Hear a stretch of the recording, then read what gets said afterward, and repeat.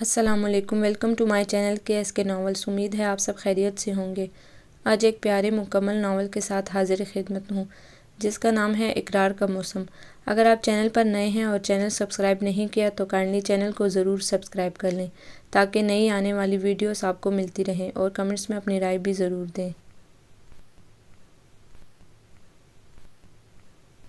شرم نہیں آتی تم لوگوں کو؟ یہاں پھسکڑا مارے بیٹھی ہو اور ادھر واش رومز کا حال دیکھا ہے، بدبو اور گندگی۔ اس بات کی تنخواہ ملتی ہے تمہیں؟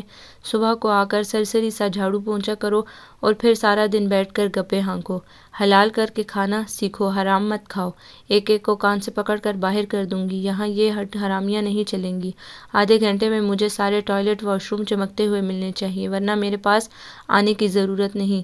سیدھا کیشیئر کے پاس جا کر اپنا حساب لینا، اور یہ باہر کا راستہ ہے، انڈرسٹینڈ؟ وہ غصے میں لال ببو کا چہرہ لیے بولتی چلی گئی، اور وہ تینوں جو صبح سے مسلسل کام کے بعد 2 گھڑی سستانے اور اپنے ساتھ لائی ایک ایک روٹی کو پوٹلی کھولے پیٹ کی آگ بجھانے ہی لگی تھی کہ ڈاکٹر ندرت عزرائیل بنی ان کے سر پر آ موجود ہوئی۔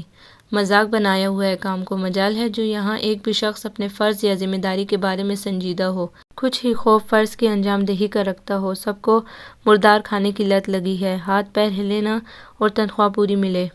وہ اسی طرح منہ میں بڑبڑاتی چھوٹی سی ہیل والی براؤن جوتی بچاتی آگے نکل گئی، اور یہ سارا شاخسانہ اس نامراد جوتی کا ہی تھا۔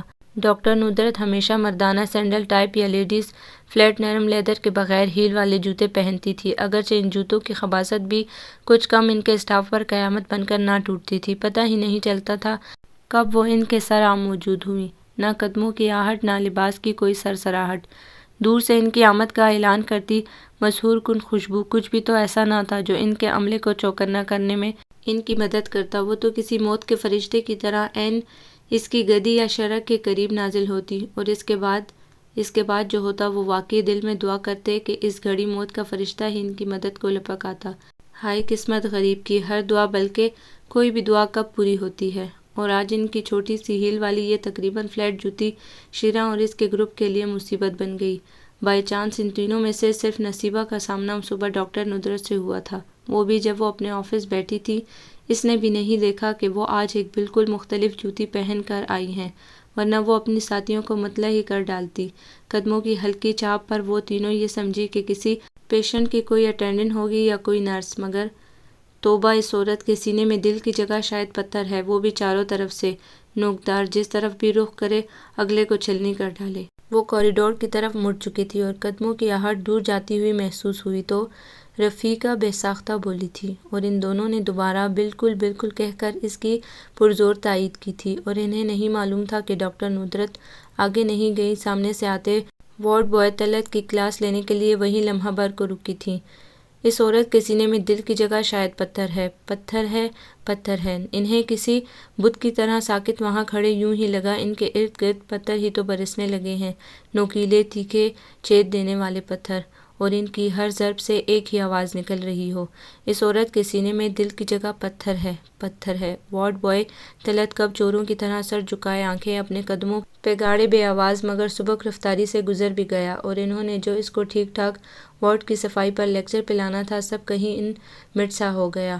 بس ایک ہی سنگسار کر دینے والے جملے نے ان کو اسی جگہ باندھ کر جیسے لہو لہان کر ڈالا۔ وہ وہاں کھڑے کھڑے ڈاکٹر ندرت نہ رہیں، ایک مجروح، مضروب، مجبور، محروم، عجیب، قابل رحم، خود طرز سی عورت بن گئی۔ شاید وہ اپنی حالت کا احساس کر کے وہیں پھوٹ پھوٹ کر رونا شروع کر دیتی کہ کوئی ان کے پاس آ کر چھپکے سے کھڑا ہو گیا تھا۔ انہوں نے جیسے ایک زمانے کے بعد اپنی بھاری بوجھل پلکیں اٹھائیں۔ چلیں ڈاکٹر، کیس ریڈی ہے، ہمارے پاس ٹائم کم ہے۔ ڈاکٹر نیلم نے انہیں دیکھتے ہوئے پروفیشنل لہجے میں کہا تو انہوں نے یوں چونک کر دیکھا جیسے پہلی بار دیکھ رہی ہوں۔ ان کے ارد گرد دودھیانگی برآمدہ اور دیواریں بالکل شفاف تھیں، کہیں بھی ان کے لہو کا ایک قطرہ نہیں تھا، اور جو ابھی وہ لہو لہان ہو رہی تھی ان نوکیلی پتھروں کی سنگساری سے وہ کیا ہوا؟ وہ واقعتاً حیران نظروں سے ادھر ادھر اپنے ہی لہو کو تلاش کر رہی تھی۔ نامحسوس طریقے سے انہوں نے اپنے دونوں کندھوں اور سینے کو چھوا۔ کیا ہوا doctor? Are you all right? Doctor Neelam 2 قدم چل کر پلٹیں۔ ڈاکٹر ندرت وہیں کچھ عجیب سی تاثرات چہرے پر لیے کھڑی تھی۔ چلو، وہ جیسے ہوش میں آ گئی۔ میرے سینے میں تو دل کی جگہ پتھر ہے، تو پھر پتھر سے خون کیسے نکل سکتا ہے؟ میں بھی احمق ہوں، بالکل نادان۔ بھلا پتھروں سے بھی خون نکل سکتا ہے؟ وہ خفیف سی استہزائیہ مسکراہٹ سے سر جھٹک کے آگے بڑھ گئی، مگر پہلا قدم اٹھاتے ہی انہیں محسوس ہوا ان کے لیے اب آگے چلنا اتنا آسان نہیں رہا۔ پچھلے رکے ہوئے قدم نے ان کے بدن کی ساری توانائیاں نچوڑ لی ہیں۔ اب جو چل رہا ہے وہ زندہ ڈاکٹر ندرت نہیں بلکہ ڈاکٹر ندرت کی لاش ہے، اور لاش کو گھسیٹنا آسان تو نہیں ہوتا، یہ انہیں پہلا قدم اٹھانے کے بعد احساس ہوا تھا۔ ان سے یہ لاش گھسیٹی نہیں جا رہی تھی۔ اپنی صحت دیکھی ہے تم نے؟ پیٹ پین آگے رکھے کچھ بھی لکھے بغیر ڈاکٹر ندرت نے سامنے بیٹھی کمزور چہرے اور بدوضع جسم والی عورت کو دیکھا، جس کی آنکھوں کے گرد سیاہ حلقے تھے اور پورے چہرے پر گہری چھائیاں۔ ہونٹوں کا رنگ کہیں کہیں سے سیاہ اور کہیں سے جامنی سا تھا۔ سرخی کی بوند نہ اس کے ہونٹوں کی رنگت میں دکھائی دے رہی تھی، نہ چہرے یا جسم کے کسی اور حصے میں۔ عورت نے قدرے شرمندہ سا ہو کر بے بسی سے گردن جھکا لی۔ کیا اس طرح سر جھکا کر مسکین سی بے بسی کا اعتراف کر لینا کافی ہے؟ اس کے سر جھکا دینے پر وہ اور بھی چراغ پاس ہی ہو گئی۔ تو کیا کروں ڈاکٹر صاحب، کھاتی تو ہوں جو ملتا ہے، وہ کوفت بھرے لہجے میں بولی۔ ہاں کھاتی ہوگی، میں کب کہتی ہوں فاقے کرتی ہو، پر ایسی ناقص اور ناکافی خوراک کھانے سے اچھا ہے تم فاقے کر کے اپنی جان اور اس آنے والی جان پر رحم کھا کر پھانسی چڑھ جاؤ۔ غضب خدا کا! ایچ پی لیول دیکھو اپنا، کہاں سے خوراک ملے گی اسے اور تمہارے اپنے جسم کو؟ ارے جو اس نئی جان کو پیدا کرنے کا ذمہ دار ہے، اس کے دنیا میں آنے سے پہلے ہی ہر فرد سے بری ذمہ ہو گیا۔ محض اپنی وقتی خوشی کے نتیجے سے اسے کوئی غرض نہیں۔ اور تم مجھے بتاؤ روبینہ بی بی، پہلے اللہ نے تمہیں 4 جی دے رکھے ہیں، ان کی سب ضروریات، ساری خواہشات پوری کر لیتی ہو، جو اس 5ویں کی ذمہ داری بخوشی اٹھانے پر تیار ہو گئیں۔ وہ اب قطعاً بھی اسے بخش دینے کے موڈ میں نہیں تھی۔ اس نے بچاؤ کے لیے ادھر ادھر سر گھمایا۔ بائیں طرف کھڑی اس کا بی بی نوٹ کرتی نرس لبوں پر آئی خفیف سے مسکراہٹ دبا کر اس کی طرف معنی خیز نظروں سے دیکھنے لگی۔ اب کیا کریں ڈاکٹر صاحب، بندے کے آگے تو زور نہیں چلتا نا؟ وہ اسی مسکین سے لہجے میں سر جھکا کر بے بسی برا اعتراف کرتے ہوئے بولی۔ ماشاء اللہ، کیا دلیل ہے اپنی جہالت اور نادانی پر پردہ ڈالنے کی؟ کچھ تو آئیں گی اور بڑے بھول پن سے فرمائیں گی، ڈاکٹر صاحبہ کیا کریں پتہ ہی نہیں چلا، اور آخر میں ایک ہی رٹا رٹایا جملہ، جی اللہ کی دین ہے، اور جس روح کو وہ دنیا میں لانے کا فیصلہ کرتا ہے اس سے کوئی کیسے بچے؟ وہ اشتعال بھرے لہجے میں میز پر ہلکا سا مکہ مار کر بولی۔ ارے اللہ کی بندیوں، خود پر نہ صحیح اس ملک پر رحم کرو۔ یہ اتنا بوجھ اتنی خوفناک ہوشربا انداز میں بڑھتی ہوئی آبادی کو زمین، خوراک، چھت دینے کے قابل نہیں ہے۔ کیوں اسے بڑے جہان میں عبرت گاہ بنانے پر تم سب جاہلوں نے کمر باندھ لی ہے؟ اور روبینہ بی بی، دیکھا ہے تم نے اتنا لو ہے، کسی دن بس یوں ہی منہ سے بھاپ نکالے بغیر چل پڑو گی تو ان چاروں کو دیکھنے بالنے والا کون رہے گا؟ وہی بندہ جس کے آگے تمہارا زور نہیں چلتا۔ تم مر گئی تو وہ کیا کچھ نہیں کر ڈالے گا؟ کبھی سوچا تم نے؟ ان کا بس نہیں چل رہا تھا اپنے سامنے بیٹھی اس کمزور، مدقوق اور بے بس سی عورت کو اٹھا کر باہر پھینک دیں۔ ہر روز نئے سے نیا طریقہ مارکیٹ میں متعارف ہو رہا ہے، چلو تعداد کم کرنے پر راضی نہیں، کچھ وقفہ تو پیدا کرو، کچھ اپنی جان پر رحم کرو۔ تم بچو گی زندہ تو، اور بچے پیدا کرو گی۔ بہرحال میں تو تم سے گزشتہ 2 سالوں سے سر پھوڑ رہی ہوں۔ چلو پہلے 1-2 بار ہوتا ہے، بندہ نادان ناسمجھ ہوتا ہے، اگر میں اس مصنوعی ناسمجھی کو بھی نہیں مانتی، پر 2 بچوں کے بعد تو ہوش کرنا چاہیے۔ تم خود بتاتی ہو کہ تمہارے میاں کی آمدنی اتنی نہیں کہ تم 2 جی تو کیا فقط 1 بچے کی ہی ڈھنگ سے پرورش کر سکو، کہاں 5۔ اب بتاؤ کیا کروں؟ تمہارے اندر خون کی شدید کمی ہے، اور جیسی کنڈیشن ہے اگر عین وقت پر آ کر آپریٹ کرنا پڑ گیا تو تم سوچ نہیں سکتی، تمہارا یا تمہارے بچے کا بچنا کسی معجزے سے کم نہیں ہوگا۔ کیلشیم وہ نہ تمہارے جسم میں ہے نہ ہڈیوں میں، بچے کو کیا دو گی؟ اب کس کس کمی کے لیے میں وٹامن اور سپلیمنٹس لکھ کر دوں؟ خوراک، اچھی خوراک کا نعم البدل 1000 طرح کے وٹامنس میں بھی نہیں ہے۔ تمہارے والدین ہیں؟ وہ اب تھکے تھکے نڈال سے لہجے میں بول رہی تھی۔ جی والدہ ہیں، چند ہفتوں کے لیے ان کے پاس چلی جاؤ، تھوڑا آرام اور اچھی خوراک اگر تمہیں مل جائے تو صورتحال کچھ بہتر ہو سکتی ہے۔ وہ اب ڈھیلے ڈھالے انداز میں پیڈ پر دوائیاں لکھ رہی تھی۔ جی کیسے جا سکتی ہوں، ادھر بچوں کی دیکھ بھال کون کرے گا؟ پھر میری والدہ، دیکھا نصرت حال تم نے ان شوہروں کا، وہ ہاتھ روک کر پاس کھڑی نرس سے جلے کٹے انداز میں بولی، بچے پیدا کرنے میں ان سے بڑا مہربان کوئی نہیں، اور سنبھالنے کی بات آئے تو ان سے زیادہ انجان، معصوم اور بہرا کوئی نہیں۔ بھلا بتاؤ، کیا یہ بچے اکیلی عورت کے ہوتے ہیں؟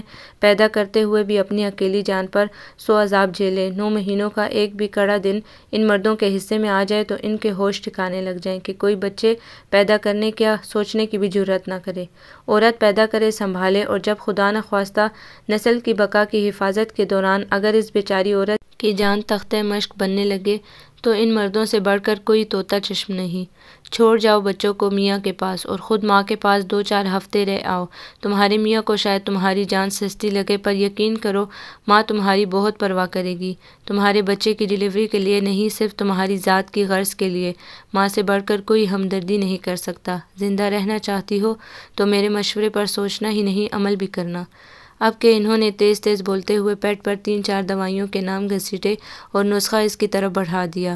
وہ نہیں مانیں گے جی، وہ مری ہوئی آواز میں بولی۔ ظاہر ہے جسے 24 گھنٹے کے لیے مفت کی نوکرانی ملی ہو وہ کیوں مانے گا؟ میرا کام تمہیں سمجھانا، مشورہ دینا اور خطرے سے آگاہ کرنا تھا۔ آگے تمہاری مرضی، اور دیکھو یہ دوائیاں کچھ نہیں کریں گی جب تک ان کے ساتھ مناسب خوراک، دودھ، گوشت، بالخصوص پھل، تازہ سبزیاں سلاد کی شکل میں نہیں لوگی۔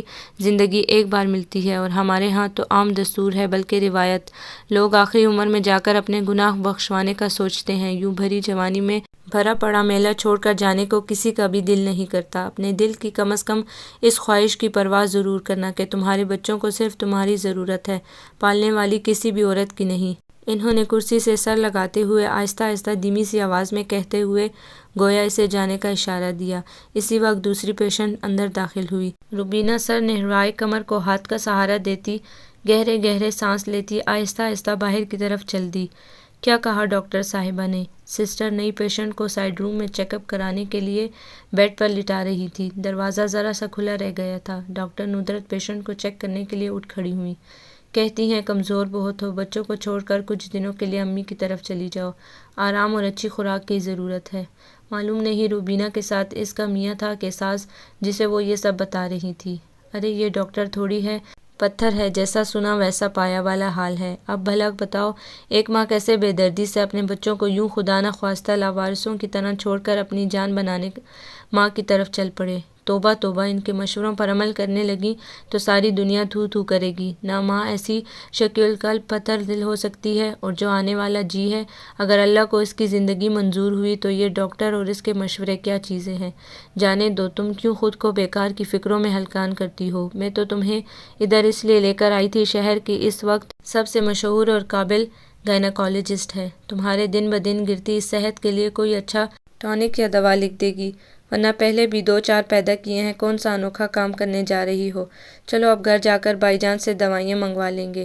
یہاں تو بھائی وہی بات ہے، اونچی دکان پھیکا پکوان۔ وہ بڑبڑاتے ہوئے روبینہ کو اپنے پیچھے کمر پکڑ کر رینگتی چال سے آتے ہوئے دیکھ کر آگے چل دی۔ ڈاکٹر تھوڑی ہے، پتھر ہے، جیسا سنا ویسا پایا۔ ڈاکٹر ندرت کو 2 دنوں میں دوسری بار اس جملے نے پتھر کا کر دیا تھا۔ انہوں نے میز کے کونے کا سہارا لے کر خود کو سنبھال دیا۔ کیا میں واقعی پتھر ہوں؟ پتھر کی ہو گئی ہوں؟ وہ سب بھی تو یہی کہتے تھے، میں پتھر ہوں، پتھر دل۔ ان کی آنکھوں کے آگے گمبھیر اندھیرے سے چھا رہے تھے اور کان سائی سائی کر رہے تھے۔ ڈاکٹر صاحب آ جائیں، نرس نے سائیڈ روم سے باہر آتے ہوئے کہا تو وہ کسی روبوٹ کی طرح اس کے پیچھے چل دیں۔ کیا خیال ہے آج لنچ اکٹھے نہ کیا جائے کہیں باہر؟ وہ جیسے ہی فارغ ہو کر اپنے آفس میں آئیں، سامنے بیٹھے ڈاکٹر حارث نے انہیں مخاطب کرتے ہوئے کہا۔ ابھی تو میری 7 اور 29 نمبر والی دونوں پیشنٹ ان سیریس کنڈیشن میں ہیں، ان کو فی الحال چھوڑ کر میں کہیں نہیں جا سکتی۔ انہوں نے واش روم کا رخ کرتے ہوئے وضاحت کی تو حارث نے جواباً کچھ نہیں کہا۔ وہ تھوڑی دیر بعد فریش ہو کر باہر آئیں تو ڈاکٹر حارث اس طرح بیٹھے کسی نئی دوا کا انٹروڈکٹیو پرفارما پڑھ رہے تھے۔ ابھی سسٹر ماریا اور ڈاکٹر فرحانہ آئی تھی۔ آپ کی دونوں سیریس پیشنٹ اسٹیبل ہیں، فی الحال کوئی پرابلم بھی نہیں، تو میرے خیال میں چلنے میں کوئی حرج نہیں۔ وہ گویا طے کر کے بیٹھے تھے آج انہیں باہر لے کر ہی جائیں گے۔ آئی ایم سوری، مگر مجھے تو بالکل بھوک نہیں، صبح ناشتہ ڈٹ کر کے آئی تھی اور دوبارہ چائے اور کافی کے ساتھ اسنیکس بھی لے چکی ہوں، اور میں نے سوچ رکھا تھا پہلے سے، پلیز مائنڈ مت کیجیے گا، میں آج لنچ نہیں کروں گی۔ انہوں نے اپنی کرسی پر بیٹھے ہوئے کہا اور بیل بجا کر ساتھ والے کمرے سے ہیڈ نرس کو بلانے لگی۔ میں بالکل مائنڈ نہیں کروں گا، بلکہ آج تک جو کچھ بھی آپ کہتی رہی ہیں یقین جانیے میں نے کبھی مائنڈ نہیں کیا، وہ جتانے والے انداز میں بولے تو ڈاکٹر ندرت نے انہیں ترچھی نظروں سے دیکھا۔ طنز کر رہی ہیں؟ قطعاً نہیں، وہ لبوں میں مسکراہٹ دبا کر بولے۔ اسی وقت سسٹر رضوانہ اندر داخل ہوئی۔ ان دونوں پیشنٹ کی مفصل رپورٹ ہر آدھے گھنٹے بعد مجھے آ کر دو، اور کوئی بھی مسئلہ ہو مجھے فوراً ادھر آ کر بتانا، میں آفس میں ہی ہوں۔ انہوں نے نرس کے ساتھ ڈاکٹر حارث کو بھی شاید جتایا تھا۔ نرس سر ہلاتے ہوئے اجازت لے کر باہر چلی گئیں۔ تو اس کا مطلب ہے لنچ ادھر ہی منگوا لیا جائے۔ اس کے جاتے ہی ڈاکٹر حارث بولے۔ ڈاکٹر حارث پلیز، آپ لنچ پر کیوں بضد ہیں؟ وہ جیسے زج ہو کر بولی۔ اور آپ نہ کرنے پر بضد ہیں، وہ بھی جواباً بولے تو وہ کندھے اچکا کر انہیں دیکھنے لگی۔ میں وجہ پہلے بھی بتا چکی ہوں، قطعاً موڈ نہیں۔ ہاں، اگر آپ چائے یا کافی منگوا لیں تو ساتھ دے سکتی ہوں۔ آخر مروت اور ساتھ کام کرنے والوں کے ساتھ کچھ وزرداری نبھانا بھی ضروری تھی، انہیں کہنا ہی پڑا۔ پکی بات ہے آپ ساتھ دیں گی؟ ڈاکٹر حارث ان کے جملے کی دم گویا ہاتھ میں لے کر بولے کہ وہ سٹپٹا سی گئی۔ کم آن، کہا نا بالکل ساتھ دوں گی، مگر صرف چائے یا کافی کی حد تک۔ اگلے ہی لمحے وہ سنبھل کر اپنے مخصوص لہجے میں بولی۔ وضاحت کرنے کی ضرورت نہیں ڈاکٹر ندرت، مجھے معلوم ہے آپ صرف چائے یا کافی کی حد تک ہی ساتھ دے سکتی ہیں۔ وہ ایک دم سے اترتے ہوئے چہرے کے ساتھ بولے تو ڈاکٹر ندرت ادھر ادھر دیکھنے لگی۔ ایک بات پوچھوں؟ ضرور۔ انہیں بالآخر کھیلنے کے لیے پیپر ویٹ مل ہی گیا۔ آخر آپ اس قدر پتھر دل کیوں ہیں؟ ہم دونوں 5 سالوں سے ساتھ ہیں اور ڈاکٹر ندرت نے ڈاکٹر حارث کی اگلی بات تو سنی ہی نہیں تھی، فقط پہلے جملے کی زنجیر نے ان کی سماعتوں کو جکڑ لیا تھا۔ پتھر دل؟ آپ اس قدر پتھر دل کیوں ہیں؟ ایک ہی جملہ 3 دنوں میں 3 بار 3 مختلف اشخاص کے منہ سے کہ ان تینوں سے ان کے تعلق کی نوعیت بالکل مختلف تھی، مگر ان تینوں کی رائے ان کے بارے میں ایک تھی، بالکل مشترک۔ یہ کیسے ممکن تھا؟ انہوں نے خالی خالی نظروں سے سامنے بیٹھے ڈاکٹر حارث کو دیکھا، جن کے ہونٹ ابھی بھی ہل رہے تھے، گویا وہ کچھ اور بھی کہہ رہے تھے۔ کیا انہیں قطعاً سنائی نہیں دیا سوائے آواز کی بے معنی سی گونج کے؟ کیا وہ واقعی پتھر دل ہیں؟ ان کے سینے میں دل نہیں پتھر ہے، وہ بھی نوکیلا؟ اگر یہ بات سچ ہے، صحیح ہے، اور وہ جو کہتے ہیں زبان خلق کو نکارہ خدا سمجھو، تو کیا میں واقعی ایسی ہوں پتھر دل؟ تو پھر یہ سب کیا ہے؟ ڈھکوسلا ہے؟ کیا بکھیڑا ہے؟ میں اگر پتھر دل ہوں تو یہ ساری دنیا کی ہمدرد بھئی خواہ ان کی تکلیف دور کرنے کی خاطر رات دن کی مشقت تکلیف کی پرواہ کیے بغیر ایک ہی لگن لیے ایک ہی جستجو، خدمت، انسانیت کی خدمت، اپنے لوگوں کی خدمت، ان کے کام آنے کی لگن، اپنے وجود کی فعالیت کی جستجو، ایک عضو کارآمد کہلانے کی دیوانگی، اپنے کام اپنے ہنر میں پرفیکشن کا پاگل پن، کیا ہے؟ کیا ہے یہ سب؟ اگر میں پتھر دل ہوں تو پھر یہ سب کیا ہے؟ ان کا سر بری طرح چکرانے لگا۔ انہوں نے دونوں ہاتھوں میں سر تھام لیا۔ Doctor Nudrat, are you all right? کیا ہوا، ٹھیک ہیں آپ؟ ڈاکٹر حارث ان کے بالکل پاس کھڑے فکر مندی سے ان کا شانہ ہلاتے ہوئے پوچھ رہے تھے، اور ڈاکٹر ندرت کو ان کی آواز کسی اندھیری غار سے آتی محسوس ہو رہی تھی۔ میں ٹھیک ہوں پلیز۔ انہوں نے خود کو سنبھالتے ہوئے بدقت ان کا ہاتھ اپنے شانے سے ہٹاتے ہوئے ذرا روکھے پن سے جھٹکا تھا کہ ایک پل کو ڈاکٹر حارث شرمندہ سا ہو کر رہ گئے۔ کیا ہوا تھا؟ طبیعت تو ٹھیک ہے؟ وہ اپنی نشست کی طرف پلٹتے ہوئے سابقہ ہمدردانہ لہجے میں بولے۔ بس یوں ہی چکر سا آ گیا تھا۔ جواباً انہیں کچھ تو کہنا تھا۔ اور پھر بھی لنچ نہیں کرنا چاہ رہی آپ؟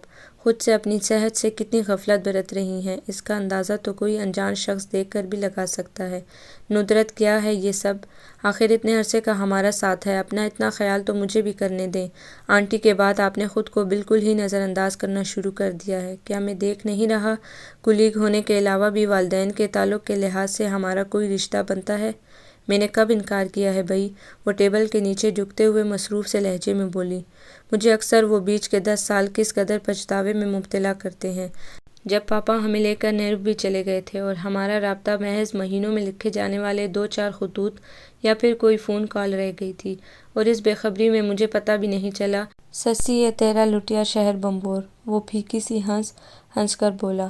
کم آن حارث، یہ لڑکیوں کی طرح آہیں بھرنا کم از کم تم جیسے اتنے کمپیٹنٹ اسپیشلسٹ کو زیب نہیں دیتا۔ جو بیت گیا اس کا ملال کیا رکھنا۔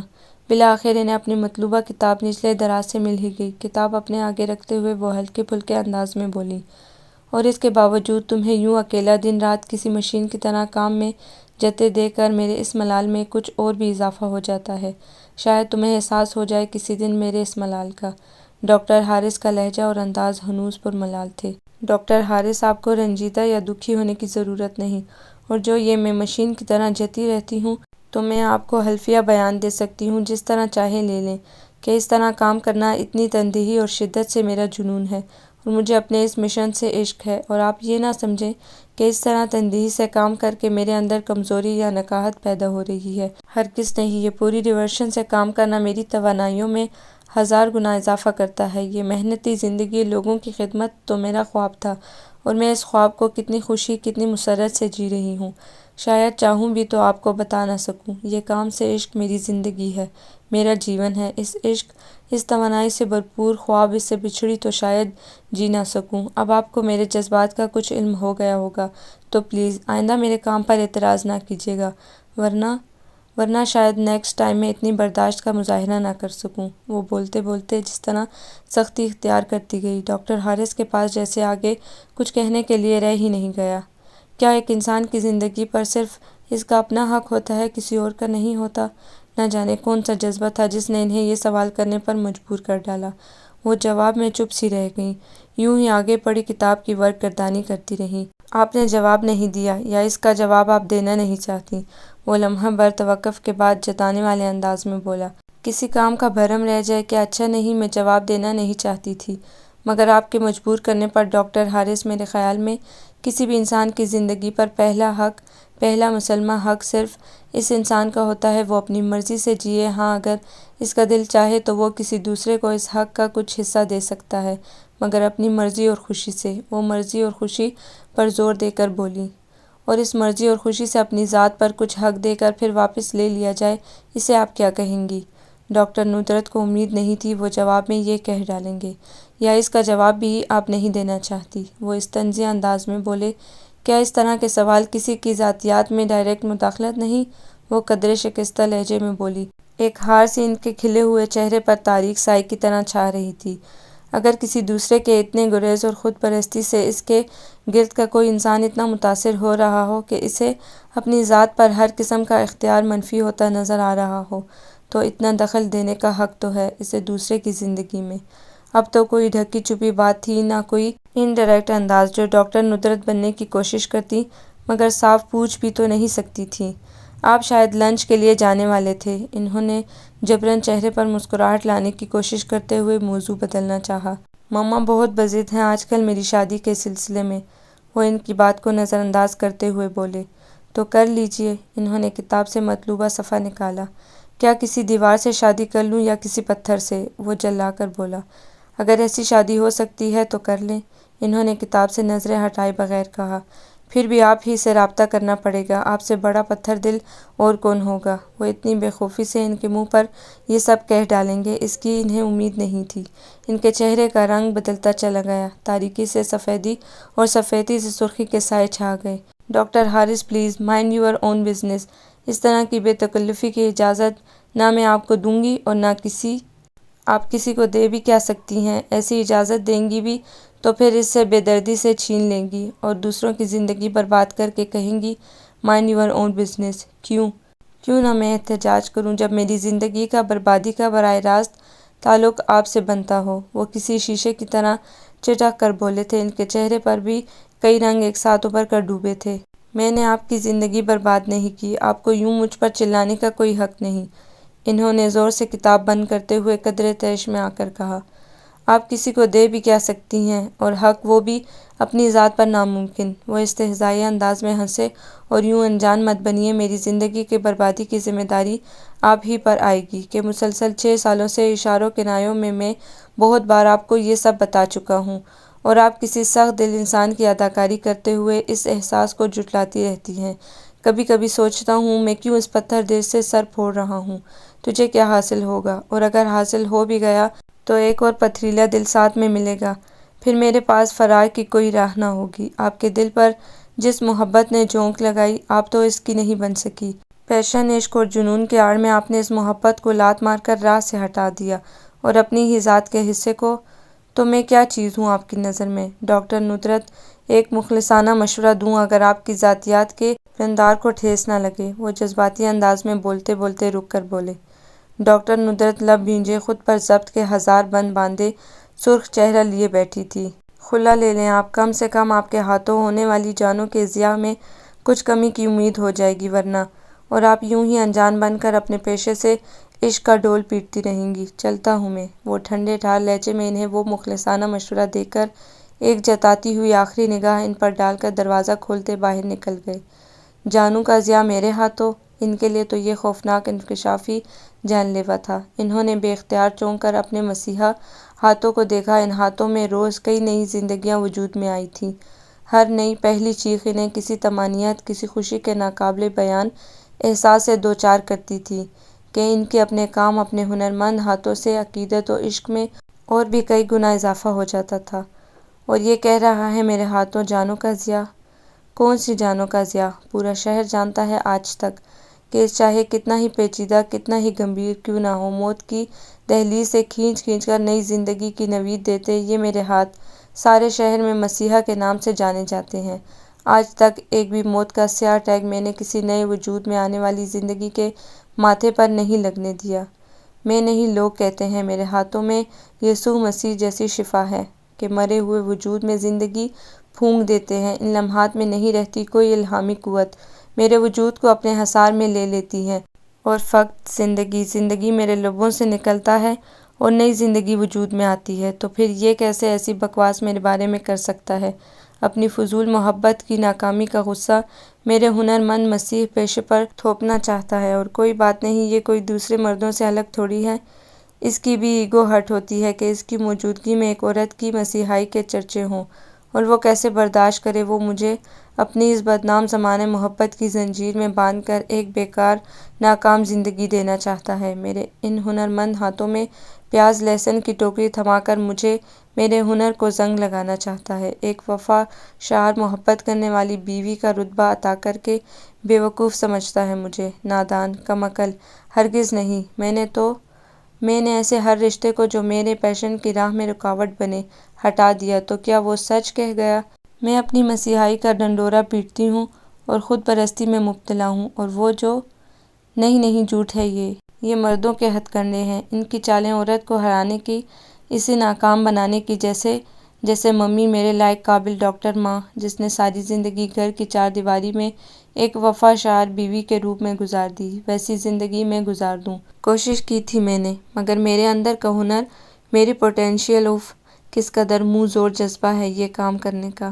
میں اس سے کیسے منہ موڑ سکتی ہوں؟ بالکل بھی نہیں۔ یہ ڈاکٹر حارث مجھے ٹریپ کرنا چاہتے ہیں، محبت کے نام پر اس کے دل فریب سنہری جال میں، بار بار اگر مجھے میری تنہائی، اکیلے پن کا احساس دلا کر، اپنے جھوٹے ساتھ کا یقین دلا کر۔ وہ مجھے 16 سال کی کوئی بے وقوف لاابالی دوشیزہ سمجھتا ہے جو اس محبت کے دام میں آ جائے گی۔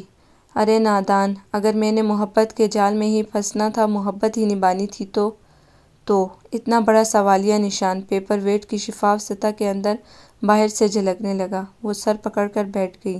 انہیں امید تھی کہ ڈاکٹر حارث دن میں اتنی تلخ گفتگو کے بعد دوبارہ اتنی جلدی ان کو فیس کریں گے۔ وہ رات گئے گھر پہنچی تھی اور یہی ان کا معمول کا وقت تھا، روزانہ اتنی ہی دیر سے آنا۔ ممی کی زندگی میں پھر بھی وہ کوشش کرتی کہ ڈنر ٹائم میں ان کا ساتھ دینے ذرا جلدی گھر پہنچ جائیں، مگر ان کی 2 ماہ قبل اچانک ہونے والی موت کے بعد جیسے ڈاکٹر ندرت نے گھر جلدی آنے یا اپنا خیال رکھنا اور کچھ نہیں تو کھانے پینے کے اوقات کی پرواہ کرنا جیسی ترجیحات سے آزاد کر دیا تھا خود کو۔ اب وہ اکثر دوپہر یا رات کا کھانا گول کر جایا کرتی تھی، اگرچہ ملازم پرانے تھے اور ان کو کھانا دینے کے خیال سے رات گئے تک جاگ کر انتظار بھی کیا کرتے تھے، مگر وہ ہر روز انہیں یوں جاگنے اور انتظار کرنے سے منع کرنا نہیں بھولتی تھی۔ مگر وہ بھی شاید نمک حلال تھے، روز ہی ان کے گھر آنے پر کھانے پر مجبور کر دیا کرتے تھے۔ تقریباً سبھی ملازم پاپا کے زمانے کے تھے، سو انہیں اپنے بچوں کی طرح عزیز رکھتے تھے، اگرچہ وہ بھی ان کا خیال رکھتی تھیں، مگر جس طرح ممی کے جانے کے بعد وہ سب ان کے بارے میں فکر مند رہنے لگے تھے، انہیں کبھی کبھی ناگوار سا بھی گزرنے لگتا۔ پتہ نہیں کیسی آدم بیزار سی طبیعت ہو چلی تھی، کسی کی اتنی محبت فکر بھی طبیعت پر گرا گزرتی تھی۔ ابھی وہ رضیہ کو کھانے سے انکار کر کے بمشکل لاؤنج کے صوفے پر ڈھیر ہو کر سونے کے بارے میں سوچ ہی رہی تھی کہ رضیہ نے ڈاکٹر حارث اور ان کی والدہ کی آمد کی اطلاع دی۔ او مائی گاڈ! آج یہ شخص اتنا ڈھیٹ کیوں ہو چلا ہے؟ اب پھر وہی بک بک اور سر درد، آخر یہ چاہتا کیا ہے؟ اور آنٹی فیروزہ، انہیں ٹالنا اور جھڑکنا تو ممکن ہی نہیں۔ اور اس وقت مجھے صرف ایک آرام دہ بستر اور اچھی نیند کی ضرورت ہے۔ انہوں نے کوفت بھرے انداز میں وال کلاک کی طرف دیکھا جہاں 11 بج رہے تھے۔ بھئی میں نے سوچا نہ تو تم نے خود آنے کی زحمت کرنی ہے اور نہ غلطی سے ہمیں دعوت دو گی، اس لیے ڈھیٹ بن کر خود ہی چلے چلو، اور کچھ نہ بھی سمجھو ہمسائے سمجھ کر تو تھوڑی دیر برداشت کر ہی لوگی۔ ابھی وہ سوچ رہی تھی کہ انہیں بلائے یا نہیں کہ وہ خود ہی بے تکلف انداز میں بولتی اندر چلی آئیں۔ السلام علیکم آنٹی، سوری میں خود سوچ رہی تھی آنے کے بارے میں، فرصت ہی نہیں ملتی۔ وہ مروتاً اٹھ کر سلام کرتے ہوئے بولی اور ذرا سا آگے ہو کر ان سے گلے ملتے پیچھے کھڑے خفا سے ڈاکٹر حارث کو دیکھا، جو ان کی طرف دیکھنے کے بجائے ادھر ادھر یوں دیکھ رہے تھے جیسے پہلی بار ان کے گھر آئے ہوں۔ خفا خفا سا پھولا ہوا منہ ڈاکٹر ندرت کو مسکرانے پر مجبور کر گیا۔ بھئی آپ کو فرصت نہیں ملے گی حشر تک، اور ہماری عمر کے خانے میں اتنے دن ہیں نہ گھڑیاں کہ بیٹھے آپ کی آمد کا وقت شمار کرتے رہیں، سو خود ہی چلے آئے، ابھی آئی ہو نا؟ وہ اس کو گلے لگا کر سر اور ماتھا چومتے ہوئے محبت سے بولی۔ کیسی ممتا بھری میٹھی گرم مسکان اٹھ رہی تھی، اور ان کے گداز سینے اور محبت بھرے لمس میں ندرت کا دل ایک آہ بھر کر رہ گیا۔ 2 ماہ قبل تک انہیں اس ممتا بھری آغوش کی کبھی ضرورت ہی محسوس نہ ہوئی تھی۔ ممی ہی اس کے انتظار میں جاگتی، اس کے آنے پر بے قرار سی ہو کر کبھی کبھار اسے اپنے ساتھ لگا لیا کرتی تھی، ورنہ انہیں تو ہمیشہ یہ گمان ہی رہتا کہ ممتا کی یہ نرم گرم مہربان چھاؤں ہمیشہ ان کے سر پر یوں ہی سایہ فگن رہے گی۔ چیزیں اور نعمتیں پاس ہوں تو ہمیں ان کے انمول ہونے کا احساس بہت کم ہوتا ہے۔ ہر چیز، ہر نعمت کی قدر اس کے دور ہونے یا گم ہو جانے پر بیش قیمت ہو جاتی ہے۔ شاید انہوں نے ایک آہ بھر کر سوچا، آئیے ڈاکٹر حارث بیٹھے نا، وہ گھر چل کر آئے تھے سو مروت تو نبھانی تھی۔ نو تھینکس، میں چلتا ہوں، اس وقت ذرا بیٹھنے کا موڈ نہیں، سخت تھکاوٹ ہو رہی ہے، کل ملاقات ہوگی، گڈ نائٹ۔ وہ اسی طرح جتانے والی نگاہوں سے انہیں تکتے بظاہر سرسری انداز میں کہتے باہر نکل گئے تو ڈاکٹر ندرت سر ہلا کر رہ گئی۔ حارث بیٹھے نہیں، یہی احساس کافی تسلی بخش تھا۔ کھانا کھا لیا تم نے؟ انہوں نے ہاتھ پکڑ کر اسے اپنے پاس ہی بٹھا لیا۔ یوں لگ رہا تھا جیسے وہ کسی خاص مقصد کے تحت اس وقت آئی ہوں۔ یوں ہی ڈاکٹر ندرت کی چھٹی اس نے گھنٹی سی بجائی۔ جی کھا چکی۔ اس وقت یہ چھوٹا سا جھوٹ انہیں ایک لمبی نصیحت بھری بحث سے بچا سکتا تھا، سو بول دیا، اتنی جلدی؟ ابھی تو تمہاری گاڑی اندر آئی تھی، وہ لگ رہا تھا گیٹ سے کھڑی انہیں ہی دیکھ رہی تھی۔ بھوک کچھ خاص تو نہیں، بس 2-4 لقمے لیے ہیں، آپ کہیں تو آپ کے لیے لگواؤں؟ ارے نہیں، ہم تو ہر صورت 9 بجے سے پہلے کھانا کھا لیتے ہیں۔ معلوم تو ہے تمہارے انکل نے چند سال آرمی میں کیا گزارے ہیں، ہماری ساری زندگی گھڑی کی سوئیوں کی محتاج ہو کر رہ گئی، ہر کام مقررہ وقت پر، نہ ایک منٹ کی دیر نہ جلدی، بس اس ایک کام میں کوشش کے باوجود دیر ہوئے جا رہی ہے۔ وہ کہتے کہتے ایک دم سے بولی تو ڈاکٹر ندرت کے اندر کی چوکنی گھڑی فوراً ٹک ٹک کرنے لگی۔ اب اگر وہ سوال کرتی تو مزید پکڑ میں آتی، یوں ہی انہیں تکتے ہوئے مسکرائے گئی۔ دیکھو بہت سر مارا اس لڑکے کے ساتھ، شادی ہو یا زندگی کا اور بھی کوئی اہم معاملہ، وقت پر نپٹنا ہی اچھا لگتا ہے۔ اب میری عمر کی عورت جا کر اسکول میں داخلہ لے تو دوسرے ہنسی اڑائیں سو اڑائیں، خود اپنے بوڑھے حافظے میں کچھ نہ جم سکے، یعنی ہر چیز کی ایک عمر ایک وقت ہوتا ہے۔ پھل بھی موسم کا اچھا لگتا ہے، بے موسمی سبزی لاکھ اچھے طریقے سے پکاؤ عموماً مزہ نہیں دیتی۔ شادی بھی وقت اور خاص عمر کے دوران ہو جائے تو اچھی لگتی ہے۔ پہلے تو یہ بولتا ہی نہیں تھا، ایک ہی رٹ کہ شادی نہیں کرنی، دن رات منت سماجت کر کے آخر اس ضد کا پیچھا چھوڑا کہ نہیں، اب کہاں کرنی ہے، کس سے کرنی ہے، یہی طے نہیں ہو پا رہا تھا۔ پہلے دونوں بچوں کی مناسب عمر میں شادیاں کر دیں، اب ماشاءاللہ ان کے بچے بھی ہیں اور وہ دونوں اپنی زندگی میں سیٹ بھی ہیں، بس ان کی ٹینشن۔ اب اگر بولا ہے تو؟ وہ کہتے کہتے چپ ہو گئیں اور یوں ندرت کی صورت دیکھنے لگی جیسے کچھ اخذ کرنے کی کوشش کر رہی ہوں۔ ندرت نے بے ساختہ نگاہیں چرائیں۔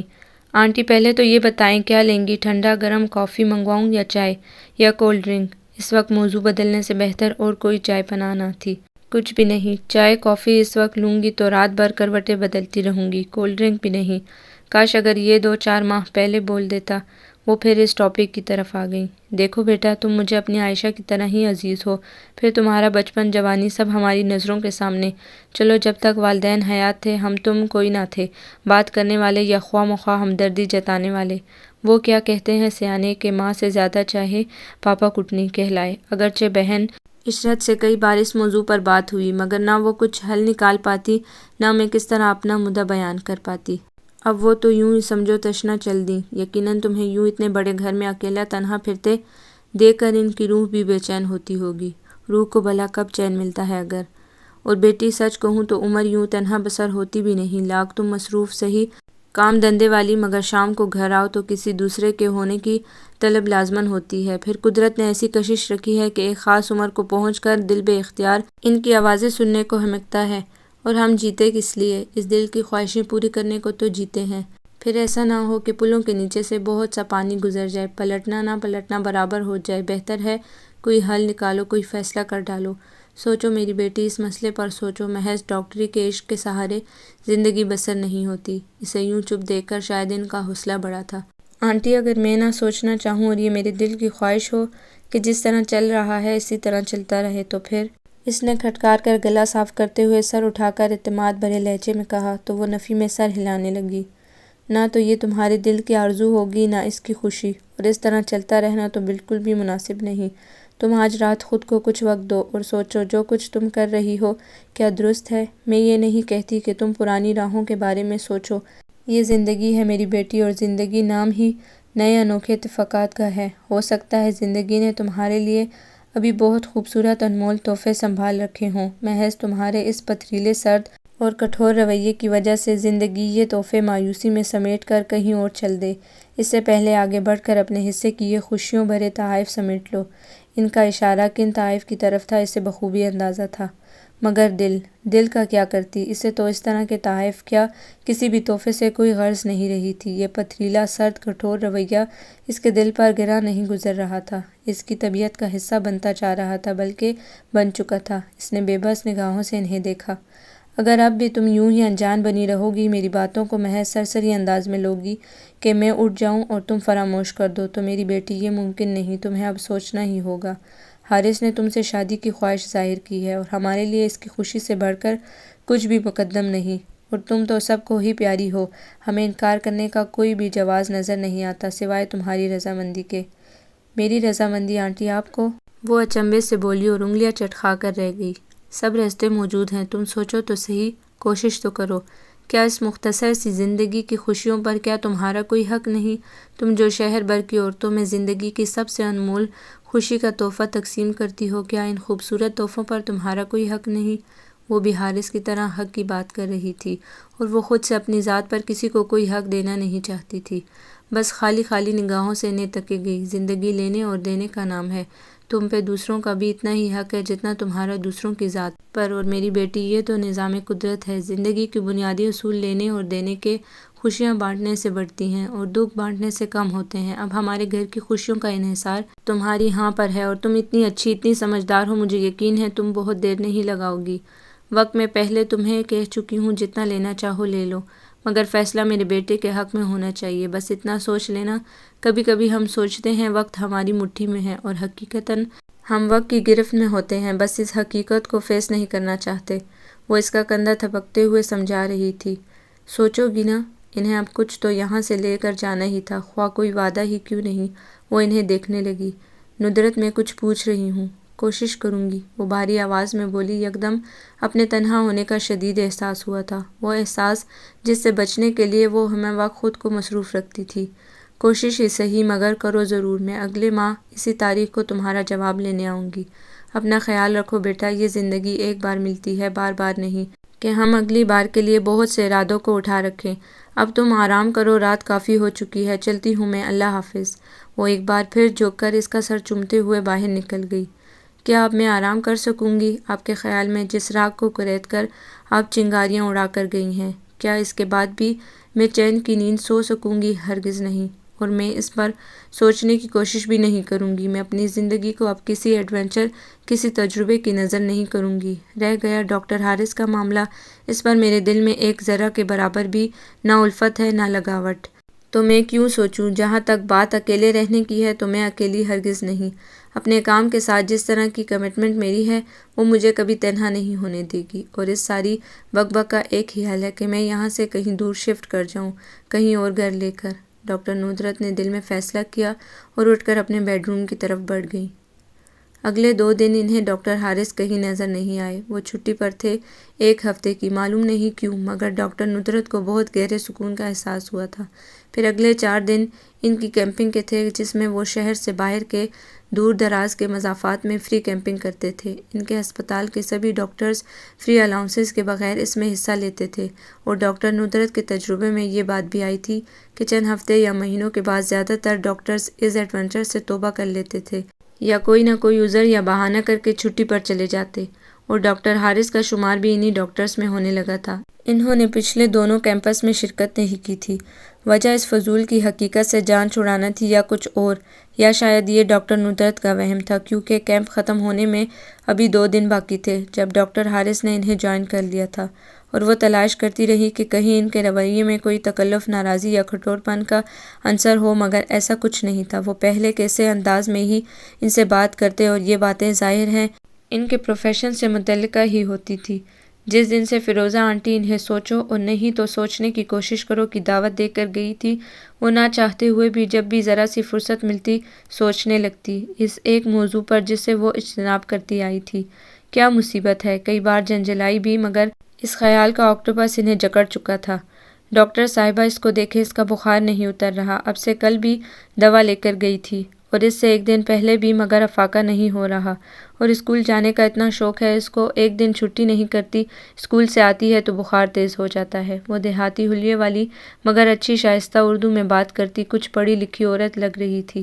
6-7 سال کی، کمزور سی، گہرے گندمی رنگت والی بڑی بڑی آنکھوں کے ساتھ انہیں دیکھتی بچی کے ساتھ ان کے سامنے بیٹھی تھی۔ کیا عمر ہے اس کی؟ اس نومبر میں پورے 6 سال کی ہو جائے گی، 16 نومبر کو۔ وہ عورت پیار سے اس کالی بجنگ ہڈیوں کی ڈھانچہ سی بچی کو اپنے ساتھ لپٹائے ہوئے بولی، تو ڈاکٹر ندرت نے بے ساختہ چونک کر اس بچی کی طرف دیکھا۔ کب؟ 16 نومبر کو 6 سال کی، وہ لبوں میں بڑبڑائی تھی۔ ایک بھولا ہوا خیال، ایک فراموش یاد کا جھونکا کہیں سے لپکا تھا۔ نام کیا ہے اس کا؟ انہوں نے سر جھٹک کر پیر آگے کیا۔ آج ادھر آخری دن تھا۔ مومنہ مزمل جی۔ اس کا اگلا جملہ بھی انہیں ہلا دینے والا تھا۔ وہ کسی شوق کے زیر اثر بیٹھی کی بیٹھی رہ گئی۔ مومنہ مزمل جی؟ عورت سمجھی شاید ڈاکٹر نے سنا نہیں، دوبارہ دہرا کر بولی۔ بدقت ان کے لبوں سے نکلا۔ کون سی کلاس میں پڑھتی ہو؟ نظریں جھکا کر پیڈ پر قلم گھسیٹتے انہوں نے بھاری آواز میں پوچھا۔ 2 کلاس میں، بچی جھٹ سے بولی، تو انہوں نے بے اختیار نگاہیں اٹھا کر اس پرجوش اور بے حد کمزور سی بچی کو دیکھا۔ کیا وہ بھی ایسی ہوگی؟ ان کے اندر کوئی پرانی یاد کرلا رہی تھی۔ وہ بس یک ٹک اسے دیکھے گئی۔ ڈاکٹر صاحبہ اس کا بخار کیوں نہیں اتر رہا؟ دیکھیں تو کتنی کمزور ہو گئی ہے، کھاتی تو کچھ بھی نہیں، اور اسے سمجھائیں ابھی اسکول نہ جائے، 2-4 دن چھٹی کر لے۔ اس کی ماں عاجزی سے بولی۔ نہیں ڈاکٹر صاحبہ، میں چھٹی نہیں کروں گی، ورنہ میری کلاس کے بچے آگے نکل جائیں گے۔ وہ ایک دم سے بولی تو پہلی بار ڈاکٹر ندرت کو اس پر اچانک پیار آیا۔ کبھی وہ بھی ایسی دیوانی ہوتی تھی، اسکول جانے کے لیے کبھی چھٹی نہیں کرتی تھی۔ کیا وہ بھی اس طرح اس شوق اور لگن سے اسکول جاتی ہوگی؟ اف، پھر وہی بھولی بصری آواز۔ ان کے لبوں پر مسکراہٹ آتے آتے دم توڑ گئی۔ بیٹا 1-2 دن چھٹی کر لو گی تو طبیعت ٹھیک ہو جائے گی، پھر تم زیادہ اچھے طریقے سے پڑھ سکو گی، ورنہ روز بیمار پڑنے سے پھر خدا نخواستہ تمہیں اسکول سے بہت سارے ناغے کرنے پڑ جائیں گے، اور ساری کلاس آگے نکل جائے گی۔ بہتر نہیں کہ تم بس 2 چھٹیاں کر لو، تمہاری امی اسکول جا کر تمہارا ہوم ورک لے آئیں گی، ٹھیک ہو جاؤ تو پھر خوب پڑھنا۔ کیا بنو گی بڑی ہو کر؟ ڈاکٹر جی، مجھے بہت شوق ہے ڈاکٹر بننے کا، آپ کی طرح۔ بچی فوراً بولی تو انہوں نے ہاتھ بڑھا کر اس کے سر پر پھیرا، اور باکس سے 1 پیکٹ بسکٹ اور 2 سویٹس نکال کر دیں۔ وعدہ کرو ٹھیک ہو کر خوب پڑھو گی اور ڈاکٹر بنو گی۔ ابھی ہمارے ملک میں ڈاکٹرز کی کمی ہے، خاص طور پر دیہاتی علاقوں میں۔ وعدہ؟ وعدہ پکا۔ بچی ان کا ہاتھ تھام کر جوش سے بولی تو وہ مسکرا کر دوسرے پیشنٹ کی طرف متوجہ ہو گئی۔ پھر شام تک ان کے پاس مریضوں کا رش ہی رہا۔ ایک پل کی فرصت نہیں مل سکی، مگر اس قدر مصروفیت کے دوران بھی بار بار اس بچی کی کمزور صورت، بڑی بڑی آنکھیں اور پرجوش انداز انہیں ڈسٹرب کرتا رہا۔ بار بار ان کا دھیان بٹ جاتا، کوئی تھا جو انہیں پکار رہا تھا کہ میری طرف دھیان دو، توجہ کرو۔ کون؟ وہ سوچ کر بھی نہیں سوچنا چاہتی تھی۔ میری گاڑی خراب ہو گئی ہے، آپ کے ساتھ بیٹھ سکتا ہوں؟ وہ روانگی کے وقت اپنی گاڑی سٹارٹ کرنے ہی لگی تھی کہ ڈاکٹر حارث نے ان کی طرف ذرا جھک کر کہا، وائی ناٹ؟ شور، انہوں نے بڑی بے دلی سے جواب دیا، اگرچہ الفاظ سے ظاہر نہیں ہونے دیا کہ اس وقت ڈاکٹر حارث کو لفٹ دینا ان کے لیے کتنا تکلیف دہ ہے۔ میں تو حیران ہوتا ہوں کہ اتنے ڈاکٹرز کے باوجود ابھی تک ہمارے دیہاتی علاقے کس قدر پسماندگی کا شکار ہیں۔ کئی دیہات میں ایک ڈاکٹر یا کہیں ایک بھی نہیں، اور زیادہ سے زیادہ ہیلتھ وزٹر، وہ بھی اپنی ڈیوٹی سے غیر حاضر۔ لوگ بیچارے حکیموں کے پاس، پیروں فقیروں اور داغا گنڈا کرنے والوں کے پاس نہ جائیں تو اور کیا کریں؟ آخر گورنمنٹ اس سلسلے میں ٹھوس اقدامات کیوں نہیں کرتی؟ ڈاکٹر حارث نے گفتگو شروع کی تو ڈاکٹر ندرت کو تسلی ہوئی کہ سفر کچھ بہتر گزرے گا۔ بس یہی تو خرابی ہے، حکومت ہماری آج تک کوئی ڈھنگ کی آئی نہیں، اگر آئی ہے تو اسے ٹک کر کام نہیں کرنے دیا جاتا۔ ابھی حکومت کے قدم بھی نہیں جمتے کہ اکھاڑ دی جاتی ہے۔ ایسے میں ہمیں حکومت کے جمنے اکھڑنے کا انتظار کیے بغیر خود سے کچھ اضافی ذمہ داریاں اپنے کندھوں پر لے لینی چاہیے، اور یہ کیمپنگ اس کی ایک کڑی ہے، اور میری خواہش تو ہے کہ اس کی رینج کو اور بڑھایا جائے۔ دور افتادہ علاقوں تک ابھی بھی ہماری رسائی نہیں، اور پھر آپ کے سامنے کی بات ہے، جتنے بھی ڈاکٹرز ہمارے اسٹاف میں ہوتے ہیں وہ ایسے مواقع پر عموماً کوئی معقول عذر گھڑ لیتے ہیں۔ میں کسی کو مجبور تو نہیں کر سکتی سوائے کوشش کے۔ وہ بڑی مہارت سے گاڑی ڈرائیو کرتے ہوئے مفصل انداز میں جواب دینے لگی۔ ڈاکٹر حارث نے ایک ترچھی نگاہ ڈاکٹر ندرت کے چہرے پر ڈالی۔ اس عورت کے سینے میں کام کے علاوہ اور کوئی جذبہ ہے ہی نہیں۔ کوشش بھی اچھی چیز ہے اگر خلوص دل سے کی جائے تو، وہ جتانے والے انداز میں بولے تو ڈاکٹر ندرت نے چونک کر انہیں دیکھا اور فوراً ہی نگاہیں پھیر لی۔ درست کہا آپ نے، بندے کو حکم صرف کوشش کا ہے، نتائج کی ذمہ داری اس کی نہیں، یہ اللہ کے کرنے کے کام ہے۔ اور آپ کا شکریہ، 2 دن بعد صحیح آپ نے جوائن تو کیا، ورنہ 3 ڈاکٹرز کے ساتھ اتنی وسیع علاقے کو کور کرنا خاصا مشکل تھا۔ طنز کر رہی ہیں؟ ہرگز نہیں، شکریہ ادا کر رہی ہوں، کیونکہ یہ کیمپنگ کوئی لازمی نہیں، اس کی چوائس آپشنل ہے۔ میں اس کے لیے کسی کو بھی مجبور نہیں کر سکتی، جو شامل ہو جائے اس کا شکریہ ادا کرنا مجھ پر واجب ہو جاتا ہے، وہ وضاحت کرتے ہوئے بولی۔ یہ آپ کا ذاتی کام تو نہیں کہ آپ فرداً شکریہ ادا کرتی ہیں، وہ جتا کر بولے۔ کوئی میرے مشن میں میری مدد کرے گا تو گویا میری ذات مدد ہوئی، شکریہ تو پھر بنتا ہے نا، وہ مسکرا کر بولی۔ تو ڈاکٹر حارث بھی مسکرانے لگے۔ ایک بات پوچھوں؟ نہیں، وہ فوراً بولی۔ کیوں؟ اس وقت نہیں، بہت تھکی ہوئی ہوں، کوئی سوال جواب نہیں کر سکوں گی، تو میں ڈرائیو کر لوں؟ شور، آپ کو زحمت نہ ہو تو، وہ فوراً بریک لگاتے ہوئے بولی تو ڈاکٹر حارث سر ہلا کر اپنی طرف والا دروازہ کھولنے لگے۔ اس وقت ڈاکٹر حارث کے استفہام سے بچنے کا اور کوئی محفوظ طریقہ نہیں تھا۔ ماما، میں رات کو کیسے سوؤں گی؟ مجھے ڈر لگے گا آپ کے بغیر۔ وہ وارڈ میں تھی جب انہوں نے اپنے عقب سے یہ معصوم آواز سنی۔ میری جان، بس 2-4 دنوں کی بات ہے، آپ کے پاس پاپا ہوں گے نا، آپ کے پاپا کے ساتھ سو جانا، بچی کی ماں نے اسے تسلی دیتے ہوئے کہا۔ پاپا زور سے خراٹے لیتے ہیں، مجھے اور ڈر لگتا ہے، وہ فوراً منہ بسور کر بولی۔ بری بات بیٹا، پاپا تھکے ہوئے ہیں نا اس لیے۔ اچھا، میں زلیخا سے کہوں گی رات کو تمہارے کمرے میں سو جائے۔ نہیں ماما، زلیخا کے کپڑوں سے اسمیل آتی ہے، بچی فوراً بولی۔ تو پھر میرے بیٹے اس کا کیا حل ہو؟ ماما کو تو اب کچھ دن ادھر رہنا پڑے گا۔ ہاں، اگرچہ یہ حادثہ نہ ہو جاتا تو شاید 2-4 دن بعد میں ادھر آتی، مگر اب تو مجبوری ہے، اور میری بیٹی تو بہادر ہے، بالکل نہیں ڈرے گی، پرومس؟ اپنے ٹیڈی بیئر اور باربی کو ساتھ سلا لینا، ماں اس سے تسلی دیتے ہوئے بولی۔ ماما، بھائی کب آئے گا؟ بچی اچھی خاصی باتونی لگتی تھی۔ جلد ہی، ماں شاید ٹالنا چاہ رہی تھی۔ ڈاکٹر ندرت نے بے اختیار 2 قدم آگے بڑھ کر اس بچی کو دیکھنا چاہا، اس کی پشت تھی ان کی طرف، البتہ انہوں نے بیڈ پر لیٹی اس کی ماں کو دیکھ لیا، جسے کل شام ہی یہاں ایڈمٹ کیا گیا تھا۔ وہ باتھ روم میں سلپ ہو گئی تھی، جس کی وجہ سے اچھی خاصی مخدوش حالت میں اسے یہاں لایا گیا تھا۔ اس کے ایگزیکٹ ٹائم میں تو ابھی 15-20 دن باقی تھے، مگر جیسی اب اس کی حالت تھی، اس کے باعث شاید 2-1 دن میں ہی آپریٹ کرنا پڑ جائے۔ عورت اچھی خاصی تکلیف میں تھی، پھر بھی بڑے حوصلے اور پیار سے بچی کے مسلسل سوالوں کا جواب دے رہی تھی۔ اس کے 3-4 ضروری ٹیسٹ اور الٹرا ساؤنڈ ہونے تھے، جن کی رپورٹس کی روشنی میں ہی یہ فیصلہ کیا جانا تھا کہ اس کا آپریشن کب کیا جائے۔ عورت ڈاکٹر ندرت کو دیکھ کر بڑے تکلیف دہ انداز میں مسکرائی تھی۔ بیٹی ہے آپ کی؟ انہیں مروتاً پوچھنا پڑا۔ جی ڈاکٹر صاحبہ، میری جان سمجھے اس طوطے میں ہے۔ اس نے بے اختیار محبت سے پاس کھڑی بچی کو ہاتھ بڑھا کر اپنے پاس کر لیا۔ وہ ممتا کے اس برملا اظہار پر سر ہلا کر آگے بڑھ گئی۔ ویسے بھی یہ کیس ڈاکٹر میمونہ کے پاس تھا، اس وارڈ میں ان کی 3 پیشنٹ تھی جن کے چیک اپ کے لیے وہ آئی تھی، اور وہ ہو چکا تھا، اس لیے وہ باہر جانے والے دروازے کی طرف بڑھیں۔ ڈاکٹر صاحبہ، میری ماما کب گھر جائیں گی؟ بچی ایک دم سے ہی لپک کر ان کے پیچھے آئی تھی۔ اور بڑے بے تکلف انداز میں ان کا ہاتھ ہلا کر بولی، جلد ہی انشاءاللہ، آپ اللہ سے دعا کریں، اللہ بچوں کی دعا جلد قبول کرتے ہیں۔ ڈاکٹر ندرت نے اس کا گال سہلا کر کہا تو بچی پھر بھی بڑے تفکرانہ انداز میں انہیں دیکھتی رہی۔ پنک کلر کی شارٹس اور شرٹ میں پنک پنے لگائے بچی خود بھی اچھی خاصی پنک تھی۔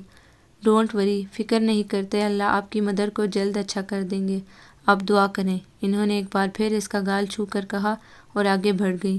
ڈاکٹر صاحبہ، میری ماما کو کچھ ہو گیا تو نہیں؟ وہ پھر ایک دم سے آگے آئی تھی۔ کچھ نہیں ہوگا، کہا نا آپ دعا کریں۔ وہ پھر سے اسے تسلی دے کر آگے بڑھ گئیں تو وہ تشویش بھرے انداز میں انہیں دیکھتی وہیں کھڑی رہ گئی۔ وہ انہیں آج کل اتنی کیوں یاد آ رہی تھی جسے انہوں نے کبھی یاد رکھنے کے قابل ہی نہیں سمجھا تھا۔ پہلی بار وہ انہیں کب یاد آئی تھی، وہ سوچنے لگی، جب پہلی بار گلاسگو میں ٹرین میں سفر کے دوران 6 ماہ کی وہ چھوٹی سی بچی جو اپنے باپ کی گود میں تھی اور اس کی ماں بڑی مہارت سے اس کے نیپی چینج کر رہی تھی اور بچی کلکاریاں مارتے ہوئے تیز تیز ہاتھ پاؤں چلاتے ہوئے ماں کی کوشش کو ناکام کیے دے رہی تھی، اور ماں باپ دونوں بچی کی اس حرکت پر ہنس دیے تھے، خوش ہو رہے تھے۔ مغرب میں اس طرح کے نظارے کم ہی نظر آتے ہیں، مگر قدرت نے شاید اس طرح سے اس نظارے کی ٹائم بیٹنگ کی کہ ڈاکٹر ندرت کے مشاہدے کی گرفت میں یہ منظر ہمیشہ کے لیے جکڑا جائے، اور پہلی بار اس کی یاد کی اٹھتی لہر نے ان کے دل میں بھنور سا ڈالا تھا جسے وہ اپنی راہ کی رکاوٹ سمجھ کر بہت پیچھے چھوڑ آئی تھی۔ پھر کئی دنوں تک یہ منظر انہیں یاد آ کر ڈسٹرب کرتا رہا، اور اس ڈسٹربنس سے مجبور ہو کر وہ اس گھر کا نمبر ملانے پر مجبور ہو گئی جس سے نکلتے سمے انہوں نے دل میں عہد کیا تھا کہ پلٹ کر اس گھر سے کبھی کوئی تعلق نہیں رکھے گی۔ کون؟ آپ کون؟ دوسری طرف کوئی اجنبی نسوانی آواز تھی۔ وہ اپنا تعارف کروانے کی بجائے اس آواز کا تعارف جاننے کے لیے بے چین ہو گئیں۔ اگرچہ وہ سب کچھ چھوڑ کر اپنی تئی ساری کشتیاں جلا آئی تھی، مگر انہیں ابھی راگ کے ڈیر میں بہت سی چنگاریاں باقی تھی۔ اس کا احساس انہیں وہ آواز سن کر ہوا تھا، اور جب اس اجنبی آواز نے بتایا کہ وہ اس گھر کی نئی مالکن ہے پورے استحکام کے ساتھ، تو انہوں نے بے حد خاموشی سے ریسیور رکھ دیا اور پھر اپنے ذہن اور دل کا ہر تعلق اس نمبر سے، اس گھر سے اور اس کی یادوں سے منقطع کر دیا۔ پھر اگلے 6 سالوں کی مدت میں انہوں نے ایک پل کو بھی اس منظر کو یاد کرنے کی ضرورت محسوس نہیں کی تھی۔ ہزاروں زندگیوں کو اپنے ہاتھوں سے مسیحائی بخشتے ہوئے ایک پل کو بھی انہیں اس ننھی جان کا خیال نہیں آیا تھا جسے وہ روتے ہوئے اپنے ماضی کے ایک اندھیرے دریچے کے پیچھے چھوڑ آئی تھی۔ کیا میں واقعی پتھر دل ہوں یا تھی؟ اس منظر نے جب جب یاد دہانی کروائی ان کے دل سے یہ سوال ضرور اٹھتا تھا، اور آج کل تو جیسے ہر پل ہر لمحے کے ہاتھ میں یہی پتھر جیسا سوال تھا جو آتے جاتے انہیں سنسار کیے دے رہا تھا۔ آخر میں کیوں اس کے بارے میں اتنا سوچ رہی ہوں؟ جب انہوں نے مجھے اپنی زندگی سے کسی حرف غلط کی طرح مٹا ڈالا تو میرا ان سے کیا تعلق باقی ہے؟ اور اسے تو میں خود اپنی خوشی سے خود سے جدا کر آئی تھی۔ پھر اب یہ سوچیں، لیکن اس کے باوجود یہ حقیقت اپنی جگہ قائم کی ہے کہ وہ میری بیٹی ہے، اور اسے میں خود سے کتنا بھی الگ کاٹ کر پھینکوں جدا نہیں کر سکتی۔ اور میری حماقت کہ جب مجھے اس گھر کی نئی مالکن کا علم ہوا تو اپنی بچی کے بارے میں حق جتانے کا وہ سب سے بہترین موقع تھا، مگر میں اس موقع سے فائدہ کیوں اٹھاتی جبکہ اس کا وجود میرے لیے کسی راہ کے پتھر کے برابر تھا۔ مجھے ہائر اسٹڈی کے لیے ایک اسکالرشپ پر باہر جانا تھا، پھر اسے میں کیسے عدم کر سکتی تھی؟ جس مقصد کے لیے میں نے وہ گھر چھوڑا، اس شخص سے ہر تعلق توڑا، اس مقصد کو میں کیسے پس پش ڈال سکتی تھی؟ مگر اب تو وہ گھٹن دور گزر چکا۔ بس جس مقصد کو حاصل کرنا چاہتی تھی، اپنے پیشے میں مہارت کی جس بلندی کو چھونا چاہتی تھی وہ حاصل کر چکی، تو اب کیا رکاوٹ ہے؟ میں اپنی بیٹی کو اپنے پاس لے آتی ہوں، اپنی سگی ماں کے ہوتے ہوئے وہ کسی دوسری عورت کے رحم و کرم پر کیوں رہے؟ اور یہ جو آنٹی فیروزہ کہتی ہیں کہ ایک اکیلی عورت اس معاشرے میں نہیں رہ سکتی، تو یہ اس نکتے کا بھی حل ہے۔ کمال ہے، مجھے یہ خیال پہلے کیوں نہیں آیا؟ یہ نادر نکتہ انہیں گھنٹہ بھر کی اس گہری سوچ کے دوران ہی سوجا تھا جو وہ گھر آ کر سوچتی رہتی تھی۔ اس بچی کو دیکھ کر انہیں خیال آیا تھا کہ ان کی اپنی بیٹی بھی اس ایج کی ہوگی، اور جسے آج کل ان کی ممتا اپنے جگر کے ٹکڑے کو دیکھنے کے لیے بےتاب ہوئے جا رہی ہے۔ اس سے اچھا وقت اور کون سا ہوگا کہ وہ اپنی بیٹی کے لیے دعویٰ کر دیں۔ اس رات وہ ہسپتال سے اٹھ کر گھر نہیں گئی۔ ان کی گاڑی شہر کے اس حصے کی طرف رواں دواں تھی جس کی طرف وہ کبھی بھولے سے بھی نہیں گئی تھی۔ ان کا حافظہ نہ تو اتنا کمزور تھا اور نہ ان کی نظر، اس کے باوجود انہیں لگ رہا تھا بیچ میں کچھ ہے کیا؟ شاید رات کے گہرے پڑتے اندھیرے میں انہیں اس کیا کا سراغ نہیں مل رہا تھا۔ وہ 2 گھنٹے تک ان سڑکوں اور گلیوں میں گاڑی گھماتی رہی، اور اس مسنگ نے انہیں شاید اصل رستے سے بھٹکا دیا تھا۔ بالآخر تھک کر وہ واپس آ گئیں۔ اور اگلا پورا ایک ہفتہ ان کی اسی تلاش میں گزرا۔ فون نمبر شاید بدل چکے تھے۔ آپریٹر بار بار نمبر ملانے پر بیچ میں کود پڑتی تو کہیں گھر بھی نہ بدلا جا چکا ہو۔ فون نمبر بار بار نہ ملنے پر یہ اچانک نکتہ انہیں سمجھ آیا اور جیسے ان کی تلاش دم توڑ گئی۔ اب کیا کروں؟ اس کے آفس کا ایڈریس تو ہے میرے پاس۔ اندھیرے میں جگنو سا چمکا تھا۔ جی وہ تو ادھر سے 4 سال ہی استعفیٰ دے گئے تھے۔ معلوم نہیں اس کے بعد کدھر گئے۔ وہ ان کے گھر کا ایڈریس وہی تھا جہاں وہ ہفتہ بھر گاڑی دوڑاتی رہی تھی۔ او میرے خدایا، اب کہاں تلاش کروں؟ میں سے جس کی لگن اچانک ہی میرے دل کو لگی ہے اور ایسی لگی ہے کہ پل کا چین نہیں، وہ کہاں ہوگی، کیسی ہوگی، میرے پاس کب آئے گی، میری باہوں میں اسے کب پیار کروں گی؟ معلوم نہیں اس دوسری عورت نے اس کے ساتھ کیسا سلوک روا رکھا ہو، اس کی سائیکی میں کیا انہونی تبدیلیاں آ گئی ہوں۔ میرے اللہ، میں اس خسارے سے کیوں بے خبر رہی، کیوں؟ انہیں دن رات ایک انوکھے سے ملال نے گھیر لیا تھا۔ بہت غریب گھرانے میں آنکھ کھولی تھی میں نے، جہاں 2 وقت کی روٹی تو کیا 1 وقت کی روکھی سوکھی ملنا بھی کمال کی بات تھی۔ 6 بہن بھائی آگے پیچھے اور بیچ میں 7ویں نمبر پر 3 بڑی بہنیں اور 3 چھوٹے بھائی، اور والد ہمارے نان چنے کی ریہڑی لگاتے تھے۔ پہلے راج مستری کا کام کرتے، پھر ایک عمارت سے گر کر ان کی ایک ٹانگ ٹوٹ گئی تو محنت مزدوری سے بھی گئے۔ ماں کے ہاتھ میں لذت تھی، ادھار رقم لے کر نان چنے سڑک کے کنارے لگائے، دل میں محنت کی لگن تھی، سو چند ہی دنوں میں ان کے نان چنے ہاتھوں ہاتھ بکنے لگے۔ مگر ایسا بھی نہیں تھا کہ خوب ہن برسنے لگا، بس گزارا ہونے لگا۔ پورے گھر میں ایک فقط میں ہی جنونی تھی پڑھنے لکھنے کے معاملے میں، ورنہ تو کسی کو معمولی سا پڑھنے کا بھی شوق نہیں تھا۔ بڑی 2 بہنوں کو تو ابا نے مڈل کرتے ہی اپنے جیسوں میں بیاہ دیا۔ بھائی تینوں ہی پڑھائی سے بھاگنے والے تھے، گھر سے بستے لے کر نکلتے، بستے کسی تھڑے کے نیچے رکھتے اور سارا دن گلی ڈنڈا، کنچے اور پتنگ بازی میں گنوا کر دوپہر کو گھر آ جاتے۔ ان کے پیچھے اسکول جانے والا بھی کوئی نہیں تھا، ابا کو اپنے کام سے فرصت نہیں تھی اور ماں چٹی ان پڑھ۔ ان کی آوارگیوں کا پردہ ان کے نئے سال چڑھنے پر فاش ہوتا۔ جب ابا زبردستی ارد گرد کے کسی لڑکے کو ان کا نتیجہ معلوم کرنے اسکول بھیجتا تو پتہ چلتا وہ تو سال بھر سے اسکول ہی نہیں آئے۔ پھر ابا کا ڈنڈا ہوتا اور ان تینوں کی چیخیں، مگر اس کا بھی کوئی فائدہ نہ ہوا۔ ان میں سے 2 گھر سے بھاگ گئے اور تیسرا ابا کے ساتھ نان چنے لگانے لگا۔ میری تعلیم سے عشق کا نتیجہ یہ نکلا کہ میں 8ویں جماعت سے لے کر FSC تک اسکالرشپ لیتی رہی۔ یوں میری پڑھائی کسی پر بھی بوجھ نہ بنی۔ اصل مسئلہ اس وقت کھڑا ہوا جب میرا بالکل اچانک غیر متوقع طور پر میڈیکل میں داخلہ ہو گیا۔ ایک ایسا بریک جو ہمارے خاندان کیا گلی محلے میں دور دور تک کسی خاندان میں نہیں آیا تھا۔ میرے نتیجے کی خبر اخبار میں چھپی تھی اور شہر بھر ہمارے گھر مبارکباد کے لیے ٹوٹ پڑا تھا۔ اماں ابا کا خوشی کے مارے برا حال تھا۔ سارا دن لوگ انہیں آ کر مبارکبادیں دیتے اور گلے میں پھولوں کے ہار ڈالتے رہتے۔ یہ واقعی ایک انہونی سی بات تھی کہ جس زمانے میں لڑکیوں کا میٹرک کر جانا ماسٹر کے برابر سمجھا جاتا رہا ہو، میں نے اس زمانے میں میڈیکل کے لیے کوالیفائی کر لیا تھا۔ اصل مسئلہ میرے داخلے کا تھا، اور جب اللہ کسی انہونا کام کو فرمانے کا ارادہ کر لیتے ہیں تو پھر ایسے ذرائع سے اس کام کو ممکن بنا دیتے ہیں کہ جس کا آپ کے تصور میں بھی گمان نہیں ہوتا۔ محلے کے تو نہیں کہ ہمارا محلہ تھا ہی غریب غربا پر مشتمل۔ شہر کے 1-2 رئیسوں نے ہزارہ ہمدردی میرا داخلہ میڈیکل میں کرا دیا۔ اگرچہ مجھے اسکالرشپ بھی ملا تھا، مگر ابھی جاری ہونے میں کچھ ماہ تھے۔ مگر اس کے بعد کیا ہوا شاید میں تمہیں لفظوں میں نہ بتا سکوں۔ جس طرح میرے میڈیکل کے وہ 5 سال پورے ہوئے اور اس کے اخراجات پورے کرنے کے لیے میں نے پرائیویٹ ہسپتالوں اور ڈاکٹروں کی دکانوں پر کام یا بچوں کو ٹیوشنز پڑھائیں۔ مگر اس زمانے میں ایک تو ٹیوشنز کا رجحان کم تھا، دوسری ٹیوشن نہ ہونے کے برابر ہی ہوتی تھی۔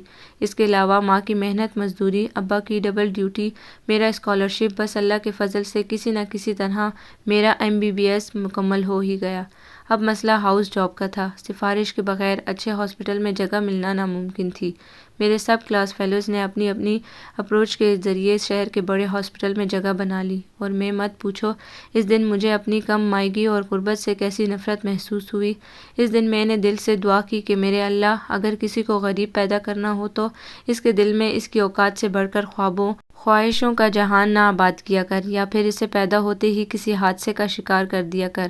میری طرح لب بام پہنچ کر یوں تشنہ لب رہنے سے تو اچھا ہے کہ میں مر جاؤں، اور شاید میں اپنے اس جذباتی دور میں ایسا کوئی جذباتی قدم اٹھا بھی لیتی کہ ایک دوست کے والد کی توسط سے مجھے ایک مناسب ہاسپٹل میں جگہ مل ہی گئی، مگر میرا دل جیسے اندر سے ٹوٹ چکا تھا اور میں نے فیصلہ کر لیا تھا کہ اب غربت کے اس جہان میں نے واپس نہیں لوٹنا۔ تیسری بہن کو بھی ابا نے جیسے تیسے بیاہ دیا تھا۔ اماں اس دوران غربت کے دکھوں سے ہار گئی۔ جب انہیں علاج کی ضرورت تھی تو کوئی ڈاکٹر تھا نہ دوا، اور جب انہیں اس کی ضرورت نہ رہی تو میں ڈاکٹر بن گئی۔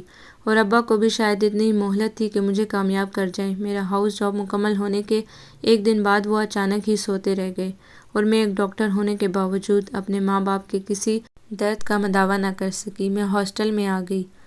انہی دنوں سیٹھ جہانگیر دل کے عارضے میں مبتلا ہمارے ہسپتال میں زیر علاج رہے۔ میں نے جی جان سے ان کی خدمت کی، اور پتہ ہے تمہیں ایک دل کی بات بتاؤں، اپنے دل کے وہ چور گوشے جسے میں خود کو بھی نہیں دکھا سکتی تھی۔ سیٹھ جہانگیر کی بیوی فوت ہو چکی تھی، اور وہ لاولد بھی تھے کہ جائیداد اس زمانے میں بھی کروڑوں میں تھی، اور میں نے باقاعدہ منصوبہ بندی کے تحت سیٹھ جہانگیر کا دل جیتنے کی کوشش شروع کر دی، اور میری قسمت کا کمال دیکھو، جو میں نے چاہا وہ پا بھی لیا۔ سیٹھ جہانگیر صحت یاب ہو کر گئے، اور اگلے ہی دن میرا ہاتھ طلب کرنے میری اسی دوست کے والد کے پاس چلے آئے۔ بھائی تو تینوں ہی باہر جا چکے تھے اور بہنیں اپنی دنیاؤں میں مگن۔ انکل نے مجھ سے پوچھا، اور مجھے کیا اعتراض ہو سکتا تھا، یہ تو میری دعاؤں کا ثمر تھا، میں کیسے ٹال مٹول کرتی۔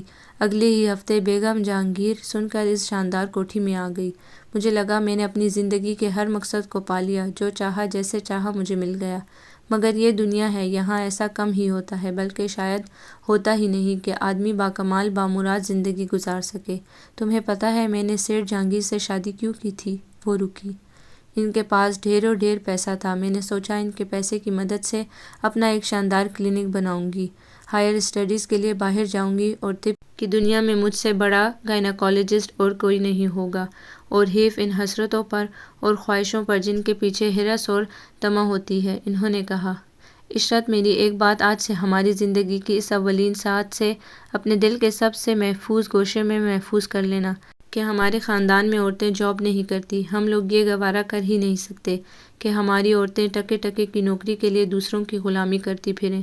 ہمارے پاس اللہ کا دیا سب کچھ ہے۔ تم نے ڈاکٹری اس لیے پڑھی تھی تاکہ 4 پیسے کما کر اپنے ماں باپ کی غربت کو کم کر سکو، تو چلو یہ عذر بھی دور ہوا کہ تمہارے ماں باپ ہی نہ رہے، اور اگر بالفرض ہوتے بھی تو میں تمہیں ان کے لیے کسی بھی نوکری کی اجازت نہ دیتا۔ اور مگر یہ نوکری نہیں، یہ تو میرے دل کی خوشی، اپنے لوگوں کی خدمت۔ دکھی میں نے کہنا چاہا، بس اس سے زیادہ ڈائلاگ بازی نہ میں سن سکتا ہوں اور نہ آئندہ تمہارے منہ سے سنوں۔ یہ دکھی انسانیت کی خدمت کا ٹوکرا اٹھا کر گھر سے باہر پھینک دوں؟ نہیں تو اس کوٹھی کے پچھواڑے میں بہت جگہ ہے، کہیں بھی گڑھا کھود کر دفنا دو، مگر اب دوبارہ میرے سامنے ان خرافات کا ذکر نہ کرنا۔ میں نے تم سے شادی صرف اپنا گھر بسانے کے لیے کی ہے، نہ کہ غیر مردوں کے بیچ تمہیں بے شرمی سے اسٹیتھوسکوپ لٹکائے بے شری سے بڑھ بڑھ بولتے اور گھومتے دیکھنے کے لیے۔ بس آج کے بعد تمہارے دل و دماغ سے اس ڈاکٹری واکٹری کا خیال نکل جانا چاہیے بس۔ اور میں سمجھی ابھی نیا معاملہ ہے، زیادہ ضد کروں گی تو انہیں اور ضد ہوگی، ذرا اپنے پیار کے جادو سے زیر اثر کروں گی تو ہر بات منوا سکوں گی۔ مجھے ضبط اور حوصلے سے کام لینا ہوگا۔ میں نے اپنے دل کو یہ سمجھا کر بہلا لیا، مگر یہ میری بھول تھی۔ چند دن کیا، چند مہینے کیا، سالوں پر سال گزرتے رہے، اور میں سیٹھ جہانگیر سے یہ بات ایک واحد اپنی زندگی کی خوشی نہ منوا سکی۔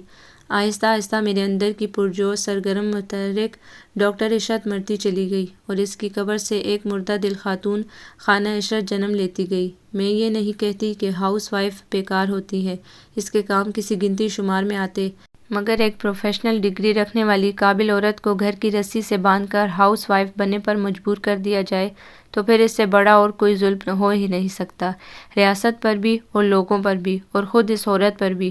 اور میں چپ چاپ یہ ظلم سہنے پر مجبور ہو گئی، بس یہی سوچ کر کہیں تو سیٹھ جہانگیر کو اپنے دل کی اس اکلوتی خواہش کو ماننے پر مجبور کر سکوں گی۔ میری قابلیت صرف نوکروں کی بیماری، ان کے بچوں کے علاج تک محدود ہو کر رہ گئی، اور ایک مدت بعد میری دلچسپی اس میں بھی انکا ہو گئی۔ طب کی دنیا میں روز نئی سے نئی دریافت ہو رہی ہے، نئی دوائیاں، بیماریاں، ان کے علاج۔ تو میرا 20 سال پہلے کا سڑا بسا MBBS کیا کام کرتا؟ اور میری جان، مجھے نہیں پتا تھا، مگر اس معجزے پر یقین نہیں تھا کہ جینز میوٹیشن کتنا اثر رکھتی ہے۔ میرا ولولہ، میرا جنون سارے کا سارا تم میں منتقل ہو گیا، اور وہی سیٹھ جہانگیر جسے میرے ڈاکٹر ہونے کے حوالے سے نفرت تھی، تمہارے شوق اور جنون کا سن کر کیسے فخریہ انداز میں تمہیں دیکھا کرتا تھا۔ محض رشتوں کے فرق سے سوچیں اتنی بدل جاتی ہے، مجھے علم نہیں تھا۔ میرا شوہر میری ڈگری سے خائف تھا اور وہ تمہارا باپ بن کر تمہیں وہی نوکری، وہی قابلیت پانے کے لیے اکساتا تو اس کے باوجود میرے دل میں تمہارے لیے کوئی حسد، کوئی رقابت سر نہ اٹھاتی۔ شاید ماں نام اس رشتے کا ہے جو آپ سے کبھی بھی کسی بھی معاملے میں حسد نہیں کر سکتا۔ اور میری بیٹی، بس ایک بات کا خیال رکھنا، وہ دور کہ جو ہر انسان پہ آتا ہے، محبت کا دور، اپنی ذات کے خفیہ بید کسی منچاہے شخص کے ساتھ شیئر کرنے کا خوبصورت احساس تم پر غالب آئے تو صرف محبت کرنا، محبت کے ساتھ غرض اور پلاننگ کو شامل نہ کرنا، ورنہ تمہارے ہاتھ کچھ بھی نہیں آئے گا، نہ محبت نہ پلاننگ۔ اور میری بولی ماں نے واقعی تیری اس نصیحت کو گرہ سے باندھ لیا تھا اور دونوں میں سے ایک ہی کو اپنانے کی کوشش کی تھی۔ اور دیکھ لے، آج تیری بیٹی بھی تیری طرح تہی دامہ ہے، خالی ہاتھ خالی جولی، نہ اس کے پاس محبت ہے، نہ کوئی منصوبہ، نہ کوئی خواب، بس اس شوق اور جنون کی پرچھائیں جن کے پیچھے وہ سرپٹ بھاگ رہی ہے۔ وہ شوق اور جنون جس کا بیج تو نے اس کی جینس میں بویا تھا، آج وہ تناور درخت بن چکا ہے کہ چاہوں بھی تو اپنی ذات سے الگ نہیں کر سکتی۔ ڈاکٹر ندرت نے بے اختیار آنکھ سے ڈھلکتے اس اکلوتے آنسو کو انگلی کے پور میں سمویا جو ڈاکٹر عشرت کی تصویر کے آگے کھڑے یادوں کے اس بھنور میں ڈوبتے ابھرتے اس کی آنکھ میں اتر آیا تھا۔ وہ ڈاکٹر عشرت جسے انہوں نے ہمیشہ ایک باوفا بیوی، خدمت گزار شریک حیات اور دکھ بانٹنے والی ہمدرد ماں کے روپ میں دیکھا تھا، اس سے تو بہت دیر بعد ہوش سنبھالنے کے بہت دنوں بعد جا کر پتہ چلا تھا کہ اس کی ماں ایک قابل عورت ہے، ڈگری ہولڈر ذہین ڈاکٹر جو اس کے باپ کی عالیشان کوٹھی میں قیمتی سامان جھاڑنے اور اس کی دیکھ بھال پر مامور ہے۔ اور کتنے دن وہ اس انکشاف کے شوق میں رہی تھی اور پھر اس کی ہمدرد محبت کرنے والی ماں نے ہی اسے اس شوق سے نکالا تھا۔ ندرت میری بیٹی، میرا کفارہ تمہیں ادا کرنا ہوگا، میرے لوگوں کا مجھ پر فرض ہے جو انہوں نے مجھے اس ڈگری اور مہارت کے عوض دیا تھا اور میں چکا نہیں سکی۔ یہ قرض سود در سود بڑھتا ہی چلا جا رہا ہے، میرے دل پر تم اس قرض کو، میرے دل کے اس بوجھ کو اتارو گی نا؟ اور انہوں نے سچے دل سے پوری ذات کی سچائی کے ساتھ اقرار کیا تھا کہ وہ اپنی ماں کے اس قرض کو ضرور اتاریں گی، اور ان کا اللہ گواہ ہے انہوں نے کس طرح اپنی جان لڑا کر اس قرض کو چکانے کی کوشش کی تھی۔ بس صرف ایک غلطی ہوئی، اندازے کی غلطی، ان کی ماں سے اس تخمینے میں اندازے کی غلطی کہ محبت یا پلاننگ میں سے ایک کو اپنانا، اور انہوں نے تو پوری لگن سے اپنے جسم و جاں اور دل کی سچائیوں سے مزمل کو چاہا تھا۔ مزمل کی محبت جب ان کے دل میں پیدا ہوئی تو انہیں یوں لگتا تھا جیسے ان کا دل مٹی کا کوزہ ہو اور مزمل کی محبت کا پانی اس میں سے چھلکا جا رہا ہو۔ اس پانی کو اس کوزے کی حدوں میں رکھنا ان کے لیے کیسا محال ہو رہا تھا۔ وہ دن کیسے دن تھے! اچانک ان کے دماغ کی اسکرین پر منظر بدل گیا۔ ان کی ماں کی دکھی دکھی سی تصویر کی جگہ مزمل کی خوبصورت و وجیہہ مضبوط سراپے والی شبیہ نے پورے منظر کو اپنے حصار میں لے لیا تھا۔ اس کا ہاؤس جاب میں آخری سال تھا، بلکہ آخری مہینہ، جب کچھ زخمی طلبہ کو ان کے ہسپتال کی ایمرجنسی میں لایا گیا۔ کسی طلبہ تنظیم کے دوران ہونے والے جھگڑے کا نتیجہ یہ زخمی طلبہ تھے، انہی میں مزمل بھی تھا۔ اگرچہ وہ شدید زخمی نہیں تھا کہ گولی اس کے کندھے کا گوشت چیر کر باہر نکل گئی تھی، مگر پھر بھی اس کا خون کافی بہہ گیا تھا۔ ینگ مین، جب اس طرح کے تھرل کرو گے تو نتیجہ ایسا ہی نکلے گا، ہائے وائے کرنے کا کیا فائدہ؟ ڈاکٹر جمشید نے ندرت کو اس کی ڈریسنگ میں مدد دینے کے دوران کہا۔ نو ڈاکٹر صاحبہ، میں تو یوں سمجھے گیہوں کے ساتھ گن کے حساب میں پیسہ گیا، وہ کراہ کر فوراً صفائی دیتے ہوئے بولا، گویا یوں ہی گولیوں کو پٹاخے جان کر تماشا دیکھنے آگے چلے گئے۔ ڈاکٹر جمشید کون سا اس کی بات کو سچ سمجھنے والے تھے۔ نہیں ڈاکٹر صاحب، میں تو اپنی ڈگری نکلوانے گیا تھا، کیمپس بلکہ نکلوا کر نکل رہا تھا کہ اچانک وہاں فائرنگ ہونے لگی اور ہائے! ایک زوردار کراہ پھر سے اس کے منہ سے نکلی۔ اوہ ہو بھئی، پھر تو واقعی تم سے ہمدردی کی جا سکتی ہے، وہ افسوس کرتے ہوئے بولے۔ کرتے کیا ہو؟ جاب کرتا ہوں سر، وہ اب بینڈیج کرواتے ہوئے قدرے پرسکون سا تھا۔ ڈاکٹر جمشید اس سے ایک دو باتیں کرنے کے بعد آگے بڑھ گئے۔ ڈاکٹر صاحب، میرا زخم گہرا تو نہیں؟ آئی مین کوئی سیریس مسئلہ؟ وہ ڈاکٹر جمشید کے جاتے ہی اس سے بولا۔ نہیں، کوئی سیریس مسئلہ نہیں، وہ سنجیدگی سے پٹی لپیٹتی رہی۔ مجھے چھٹی کب ملے گی؟ میرا مطلب ہے کتنے روز میں؟ وہ اچھا خاصا باتونی لگتا تھا، یا جان بوجھ کر بولے جا رہا تھا، ابھی تھوڑی دیر میں آئیں۔ یہ کیا بھائی، سمجھے گولی لگی ہے، کوئی مذاق ہے؟ وہ برا سا مان کر بولا۔ جناب گولی لگی نہیں، گولی چھو کر نکل گئی ہے۔ اس نے کینچی سے پٹی کاٹتے ہوئے نوٹ لگائی۔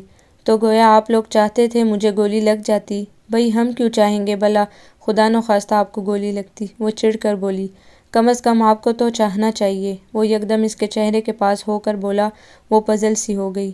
کیوں میں کیوں چاہوں گی؟ وہ اب جلدی جلدی ناٹ لگا رہی تھی کہ انگلیوں میں خواہ مخواہ کپکپاہٹ سی آ گئی تھی۔ کیونکہ میں چاہتا ہوں کہ مجھے گولی لگتی اور میں کچھ دن تو آپ کے ان مسیحا ہاتھوں کی مسیحائی سے فیضیاب ہو سکتا۔ وہ یکدم اس کی کپکپاتی انگلیوں کو اپنے ہاتھ میں لے کر بے باکی سے بولا تو وہ ایک دم سی تپ گئی۔ شرم نہیں آتی آپ کو یوں چیپ حرکت کرتے ہوئے؟ اس نے اپنی انگلیاں پیچھے کو کھینچی۔ کیا دلی جذبات کا اظہار کرنا، سچ بولنا چیپ ہوتا ہے؟ اس نے ندرت کی انگلیاں دبا کر چھوڑ دی اور معصومیت سے پوچھنے لگا تو وہ گڑبڑا سی گئی۔ اب کل پٹی کروانے تو آ سکتا ہوں، زخمی تو ہوا ہوں نا؟ کہ وہ بھی نہیں۔ وہ فرسٹ ایڈ ٹرے میں سامان سمیٹ رہی تھی جب وہ بول پن سے بولا، جی اس کی بھی کوئی خاص ضرورت نہیں، ادھر کسی بھی ڈسپینسر سے کروا لیجیے گا۔ وہ رکھائی سے بولی۔ کمال ہے کیسا اسپتال ہے، کسی زخمی جان سے جاتے انسان کی زندگی کی پرواہ ہی نہیں۔ وہ کوفت سے بولا۔ خدا نخواستہ کوئی جان سے نہیں جا رہے ڈاکٹر جمشید، ابھی آپ کو میڈیسن لکھ دیتے ہیں، 2-4 روز کھا کر ٹھیک ہو جائیں گے۔ مشکل لگتا ہے؟ کیا مشکل لگتا ہے؟ وہ رک گئی۔ ٹھیک ہونا؟ وہ آہ بھر کر بولا۔ ایسا گہرا زخم نہیں لگا آپ کو؟ وہ تسلی دینے والے انداز میں بولی۔ ذرا میرے سینے پر ہاتھ رکھ کر دیکھیں، آپ کو پتہ چلے گا دل پر کیسا گہرا گھاؤ لگا ہے، آپ کے دست شفا کے سوا نہیں بھرنے والا۔ وہ پکے عاشقوں کی طرح سینے پر ہاتھ رکھتے ہوئے کراہ کر بولا تو وہ اپنی مسکراہٹ دباتے آگے بڑھ گئی۔ اور اسے معلوم نہیں تھا کہ یہ مریض عشق اگلے دن بھی پٹی کروانے اس کے سر پر سوار ہو جائے گا، جبکہ وہ رات بھر میں اسے فراموش کر چکی تھی۔ اب مجھے بھولنا ممکن نہیں ڈاکٹر ندرت، صرف آج کی بینڈیج سے کام نہیں چلے گا۔ وہ جو ڈاکٹر جمشید کے کہنے پر بادل خواستہ اس کی پٹی بدل رہی تھی، اس سے سرگوشی میں بولا، آپ آرام سے نہیں بیٹھ سکتے؟ بار بار ہل رہے ہیں؟ وہ اس کے ہلنے پر جھنجھلا کر بولی۔ جب بار بار درد ہوگا تو ہلوں گا تو ضرور۔ وہ چہرے پر درد کی کیفیت لاتے ہوئے بولا۔ کہاں درد ہے؟ وہ پوچھنا نہیں چاہتی تھی، پھر بھی منہ سے نکل گیا اور پھر پچھتائی۔ یہاں۔ اس نے جھک کر اپنے سینے پر ہاتھ رکھا۔ مگر یہ درد لا علاج ہے، وہ اسے گھور کر بولی۔ معلوم ہے، اس لیے تو یہ روگ لگا لیا ہے، بس اس کا مسیحا ہر دم ساتھ رہے تو پھر اس کا مریض اتنی جلدی ایکسپائر نہیں ہوتا۔ وہ آہ سی بھر کر بولا تو بے اختیار اس کے لبوں پر مسکراہٹ آ گئی، ہنسی اور پھنسی۔ وہ اس کی مسکراہٹ دیکھ کر پھیل گیا۔ شٹ اپ، میں تو آپ کی یہ فلاپ ایکٹنگ دیکھ کر ہنسی ہوں، وہ اپنی مسکراہٹ چھپاتے ہوئے بولی۔ اور یہ اس کی بھی بھول تھی، کب وہ ہنسی اور پھنسی۔ اس کے اس سنہری جال میں وہ کس مرغ بسمل کی طرح پھنستی چلی گئی۔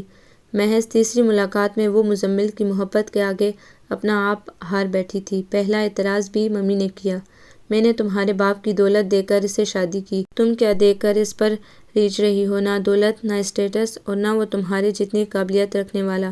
کیا کرو گی ایسی طلاق سے محبت کر کے؟ اسے ممی کا طعنہ کسی تیر کی مانند دل پر جا کر لگا۔ جی آپ نے کہا تھا محبت کرنا تو کسی لالچ اور طمع کے بغیر، شاید آپ بھول گئیں؟ اس نے انہیں یاد دلایا۔ مگر میں نے یہ بھی نہیں کہا تھا کہ اس محبت کے ہاتھوں گروی ہو جاؤ اور غربت کی دلدل میں اتر آؤ۔ ممی مزمل نہ تو اتنا کلاش ہے، نہ اتنا مفلوک الحال۔ وہ مڈل کلاس سے تعلق رکھتا ہے، ماسٹر ڈگری ہولڈر ہے، برسرِ روزگار، ابھی اچھی جاب نہیں، کل کو مل بھی سکتی ہے، پھر بے روزگار تو نہیں۔ اس کو بھی جیسا نہ سہی اس کے آدھے رقبے کے برابر ان کا اپنا ذاتی گھر ہے، گاڑی نہ سہی بائیک تو ہے، پھر ہم دونوں مل کر کمائیں گے تو کیا نہیں حاصل کر سکتے۔ اس کے پاس ممی کے ہر اعتراض کا جواب موجود تھا۔ یہ بھی پتہ کر لو کہ وہ تمہیں گھر سے نکلنے بھی دے گا یا نہیں، تمہیں ان مڈل کلاس مردوں کی ذہنیت کا علم نہیں۔ اور ممی آپ نے بھی تو اپر کلاس کی ذہنیت کو جانچے بغیر ایک رسک لیا تھا، اور محبت ہے ہی ایک جوئے کا نام، تو یوں پھونک پھونک کر کھیلیں جب دل جیسی قیمتی شے داؤ پر لگا ہی دی۔ اور کمال حیرت کی بات ہے اس کے پاپا نے ممی جتنی مخالفت نہیں کی تھی، اور اس نے بھی اس محبت کی زحم اور اس کے دھوکے میں یہ جوا کھیل لیا۔ اور کمال تو یہ تھا کہ اس نے ایک بار بھی مزمل سے اپنی جاب کے بارے میں ایک بار بھی ذکر کیا نہ پوچھا، اور سب سے بڑی بات کہ اسے یہ بھی نہیں بتایا کہ وہ اسکالرشپ کے لیے اپلائی کر چکی ہے، ایبروڈ ہائر اسٹڈیز کے لیے۔ ان دونوں کے لیے تو ایک دوسرے کا ملن ہی کسی معجزے سے کم نہیں تھا۔ 4-5 ماہ تو محبت کے رسیلے گیتوں پر سر دھننے اور اس نشے میں گم ایک دوسرے کی اسیریں میں گزر گئے۔ اسے ہوش تو اس دن آیا جب اسے پتہ چلا کہ وہ پریگننٹ ہے، اور پریگنینسی کا 6واں مہینہ شروع ہونے کو ہے۔ اس کی لا علمی اس کے قدموں کی زنجیر بننے کو تھی۔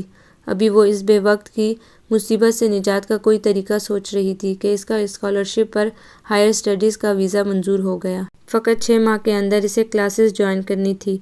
تم فی الحال باہر جانے کو ملتوی کر دو، 2-3 سال بعد صحیح یہاں جاب کرنا چاہتی ہو اپنا کلینک جو بھی کرو، مگر ابھی باہر نہ جاؤ۔ مزمل سب سے پہلے اس کی راہ میں حائل ہوا تھا، اور وہ تو جیسے ان دنوں بپھری ہوئی تھی۔ اس کے خواب، اس کا جنون حقیقت بننے جا رہا تھا، اور وہ اس کے پر کھینچ کر کے گھر بیٹھنے کا مشورہ دے رہا تھا۔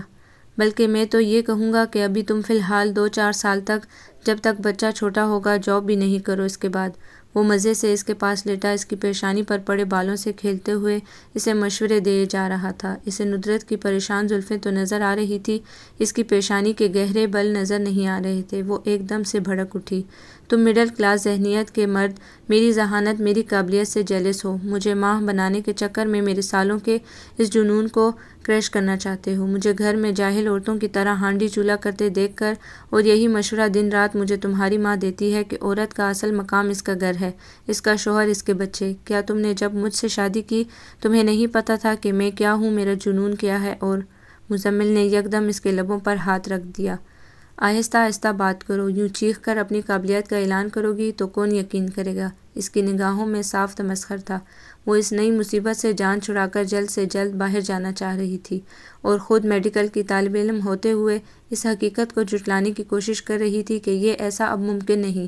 پھر مزمل، اس کی ماں اور دونوں شادی شدہ بہنوں کا پریشر کہ وہ ایسا کرنے سے باز رہے۔ جب وہ خواہ مخواہ کی ضد پر اڑی رہی تو انہوں نے اس کی کلاس اور پھر اس کی تربیت کو برا بھلا کہنا شروع کر دیا۔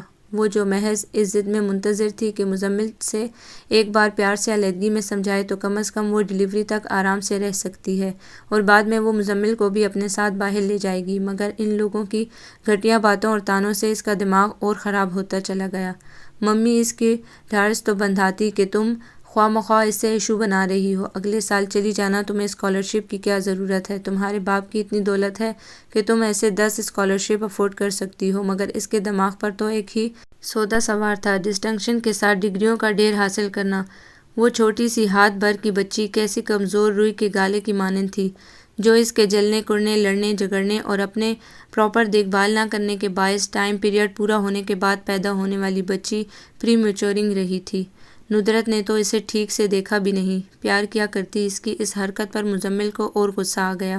پھر دونوں کے درمیان سرد جنگ طویل ہوتی چلی گئی۔ اگرچہ اس نے ایک بار صلح کے لیے دبے دبے لفظوں میں اسے بھی ساتھ چلنے کو کہا، وہ غصے میں تن فن کرتا، اس کے باپ کی دولت کو گالیاں دیتا باہر نکل گیا۔ اس کا غصہ، اس کی گالیاں ندرت کو فیصلہ کرنے پر مجبور کر گئی، اور وہ مشکل فیصلہ جو ابھی بھی مزمل کی محبت کی بیڑی کی صورت اس کے پیروں سے لپٹا جا رہا تھا، ایک دم سے آسان ہو گیا۔ اس کی روئی کے گالے سی ہاتھ بھر کی چینی نقوش والی گلابی بچی پہلے دن سے اس کی ساس نے چڑیا کی طرح اپنی آغوش میں سمیٹ لی تھی۔ شاید وہ ممتا کے ہتھیار کے ذریعے اسے ہرانا چاہتی تھی، مگر وہ ہارنے کے لیے تیار نہیں تھی۔ تم میرے ساتھ چلو گے؟ میں پاپا سے کہہ کر تمہارا ویزا اور پاسپورٹ۔ اس نے آخری کوشش کے طور پر آخری بار سلجھو انداز میں اس سے پوچھا تھا، جو پھول ہوا غسیلا چہرہ لیے بیڈ روم سے اپنے شب خوابی کا لباس لینے آیا تھا۔ Shut up, well you shut up? وہ اسی غسیلے چہرے کے ساتھ پلٹ کر چلایا۔ میں لعنت بیچتا ہوں تمہاری محبت پر اور تمہارے باپ کی دولت پر، اگر تمہیں میری بچی کا، اس گھر کا کچھ خیال نہیں۔ ندرت نے بہت سکون سے اس کے جواب کو سنا اور چہرے پر تکیہ رکھ لیا۔ اگرچہ اس رات تکیہ چہرے پر رکھ کر روتی رہی، مگر اس کے فیصلے میں دراڑ نہیں پڑی۔ نہ اس معصوم کے رونے کی آواز نے ہی اس کا دل موم کیا، اور اس 2 ماہ کی بچی کو چھوڑ کر وہ UK چلی آئی، اور پھر 4 سال UK اور اسٹیٹس کے 2 مختلف میڈیکل کالجز سے ڈسٹنکشن کے ساتھ ڈگریاں لیے وطن لوٹی، تو کسی قسم کی پرملال پچھتاوے بھری یاد اس کے ساتھ نہیں تھی۔ یہ تو ڈاکٹر حارث کی تکرار نے اس کے اندر سوئے ہوئے اس آتش فشاں کو جگایا تھا۔ اب میں کیسے تلاشوں اپنی بیٹی کو، جس کو دیکھنے کے لیے میری ممتا تڑپ رہی ہے؟ میں کیوں اتنی ظالم بن گئی تھی؟ کیوں ٹہل ٹہل کر ان کی ٹانگیں شل ہو گئی تو بستر پر ڈھیر ہو گئیں؟ ڈاکٹر صاحب، بیڈ نمبر 6 کی حالت ٹھیک نہیں لگ رہی، وہ بار بار بے ہوش ہو رہی ہیں، سسٹر ماریا نے آفس میں آ کر بتایا۔ ابھی ڈاکٹر ندرت کو کہیں سے مزمل کے کسی دوست کا ایڈریس ملا تھا، اور وہ ادھر جانے کے لیے نکلنے والی تھی کہ سسٹر ماریا نے آ کر بتایا، بیڈ نمبر 6 ڈاکٹر میمونہ والی پیشنٹ تھی، جس کا آج صبح ہی آپریشن کے ذریعے بیٹا ہوا تھا، مگر اس کی کنڈیشن سیریس تھی۔ یہ ڈاکٹر میمونہ کا کیس ہے، ان سے کہہ جا کر۔ ڈاکٹر ندرت نے رکھائی سے کہا اور باہر جانے لگی۔ ڈاکٹر میمونہ کا تو آف ہو چکا، یوں بھی آج ان کے فادر کا بائی پاس ہے، وہ آپ کے لیے کہہ گئی تھی۔ سسٹر ماریہ نے ڈاکٹر ندرت کے سرد چہرے کو دیکھتے ہوئے جھجک کر کہا، سب کی ذمہ داریاں میں کیوں نبھاؤں؟ یہ لوگ کس بات کے پے لیتے ہیں؟ میں گھنٹے تک آ جاؤں گی، تم دیکھ لینا، وہ کہہ کر باہر نکل گئی۔ اور سسٹر ماریہ کو کتنی دیر لگی خود کو یقین دلانے میں کہ یہ سب ڈاکٹر ندرت ہی کہہ کر گئی ہیں، اور گھنٹے تو کیا آدھے گھنٹے میں اس مریضہ کی ڈیتھ ہو گئی۔ وہ اسپتال میں داخل ہوئیں تو مریضہ کے لواحقین نے ایک ہنگامہ مچا رکھا تھا۔ انہوں نے عملے کو مارا پیٹا، سامان کی توڑ پھوڑ کی، کیونکہ جس وقت مریضہ کی آخری سانسیں چل رہی تھیں تو کوئی بھی سینئر ڈاکٹر ڈیوٹی پر موجود نہیں تھی۔ ڈاکٹر ندرت کے نیک نام ہسپتال کی بدنامی تھی۔ وہ پریشان سی آفس میں بیٹھی پولیس کو کال کر رہی تھی، جب ایک دھماکے کے ساتھ آفس کا دروازہ کھلا۔ تم ہو میری بیوی کی قاتلہ، اور اب ادھر چھپی بیٹھی ہو۔ میں تو آخر ٹائم تک یہی سمجھتا رہا کہ اس کا کیس ڈاکٹر میمونہ کرے گی۔ اگر مجھے ذرا سا بھی علم ہوتا کہ یہ ہسپتال، یہ قتل گاہ تمہاری ہے، تو میں اپنی بیوی کو کبھی یہاں ایڈمٹ نہ کرواتا۔ وہ منہ سے کف اڑاتا، چیختا چلاتا ان کے سامنے کھڑا تھا، جس کی تلاش میں وہ ابھی سارے شہر کی خاک چھان کر آئی تھی۔ اپنی صفائی میں ان سے ایک لفظ بھی نہیں کہا گیا۔ وقت کے اس اچانک وار نے انہیں مجرم بنا ڈالا تھا۔ بولو، ہے تمہارے پاس اپنی صفائی میں کہنے کے لیے ایک لفظ بھی؟ تم جان بوجھ کر اسے سیریس حالت میں چھوڑ کر گئی کہ تم جانتی تھی کہ وہ میری بیوی ہے۔ وہ کرسیوں کو ٹھوکر مارتا ان کے سامنے بپھر کر کھڑا ہو گیا۔ ڈاکٹر ندرت نے پتھرائی ہوئی نگاہوں سے اسے دیکھا۔ اس کے جواب میں میرے پاس صرف ایک دلیل ہے، کل نفس ذائقۃ الموت، انہوں نے کہا، اور ٹیبل پر سر رکھ کر پھوٹ پھوٹ کر رونے لگی۔ اور وہ جیسے اس ایک دلیل کے آگے ہار گیا، وہی کرسی پر گر گیا اور بے بسی سے انہیں روتا دیکھتا رہا۔ جس کی جدائی میں اس نے ہجر کی کالی راتیں کاٹی تھی، وہ اسے چھوڑ گئی تھی مگر اس کے دل سے نہیں نکل سکی تھی۔ صائمہ اماں کی بھتیجی محض مومنہ کو پالنے کی غرض سے اس کی منکوحہ بنا دی گئی، جسے پچھلے 5 سالوں میں اس نے ایک بار بھی بیوی کا درجہ نہیں دیا کہ جب بھی اس کے پاس جانے کا ارادہ کرتا، ندرت چمکتا چہرہ لیے اس کے رستے میں آن کھڑی ہوتی اور وہ شکست خوردہ پلٹ آتا۔ وہ صائمہ جس نے ایک صابر شاکر بیوی کی طرح اس کی کمزور ناتواں بیٹی کو کسی نازک کل کی طرح سنبھالا، دل سے اس کی پرورش کی کہ وہ اس کا قرضدار ہوتا چلا گیا، اس کی بے غرض خدمت تلے دبتا چلا گیا، اور بالآخر ایک روز اس قرض اور صائمہ کی شکایتی نگاہوں کے آگے ہار گیا۔ اللہ مجھے بیٹا دے، میں اسے پالوں یا نہ پالوں، مگر اپنی کوئی نشانی ضرور آپ کو دے جاؤں کہ آپ مجھے یاد رکھیں۔ وہ ایک دن یوں ہی بیٹھے بیٹھے بولی تھی تو کئی دن مزمل کا دل برا رہا کہ نومولود بچے کو پالنا سنبھالنا کیسا دشوار کام ہے۔ اسے مومنہ کا تجربہ ہو چکا تھا، اور شاید کا تب تقدیر بھی پاس ہی کھڑا تھا، جو فوراً ہی اس کے لبوں سے نکلی بات لوح محفوظ میں درج کر لی گئی۔ اور اب تو اماں بھی نہیں جو میرے بیٹے کو سنبھالے گی، اور مومنہ، وہ صائمہ کے بغیر کیسے رہے گی؟ وہ تو اس کے بغیر سوتی نہیں۔ وہ خود سے کہہ رہا تھا کہ ڈاکٹر ندرت نے ایک دم سے سر اٹھایا۔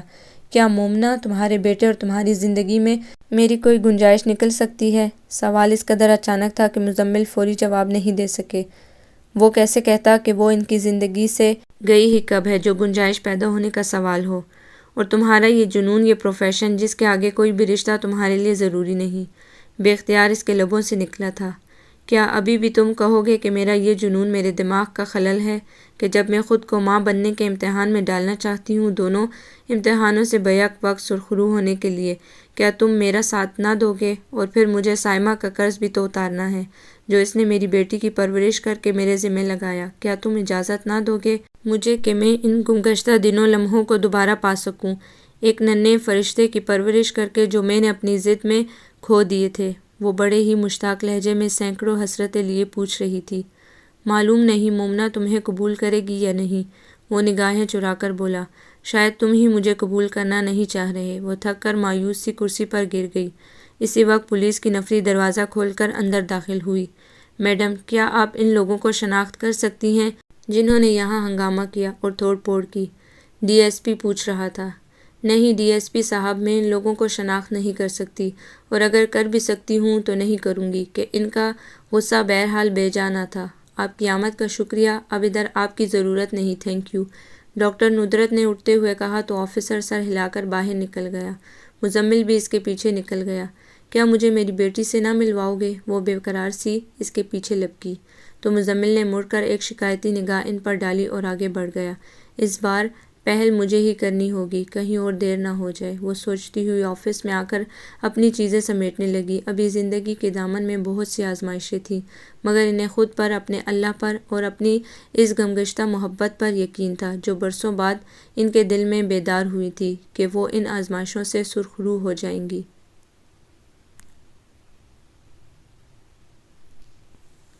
آپ کو یہ ناول کیسا لگا؟ کمنٹس میں اپنی رائے ضرور دیجیے گا اور ہمارے چینل کو سبسکرائب کیجیے گا۔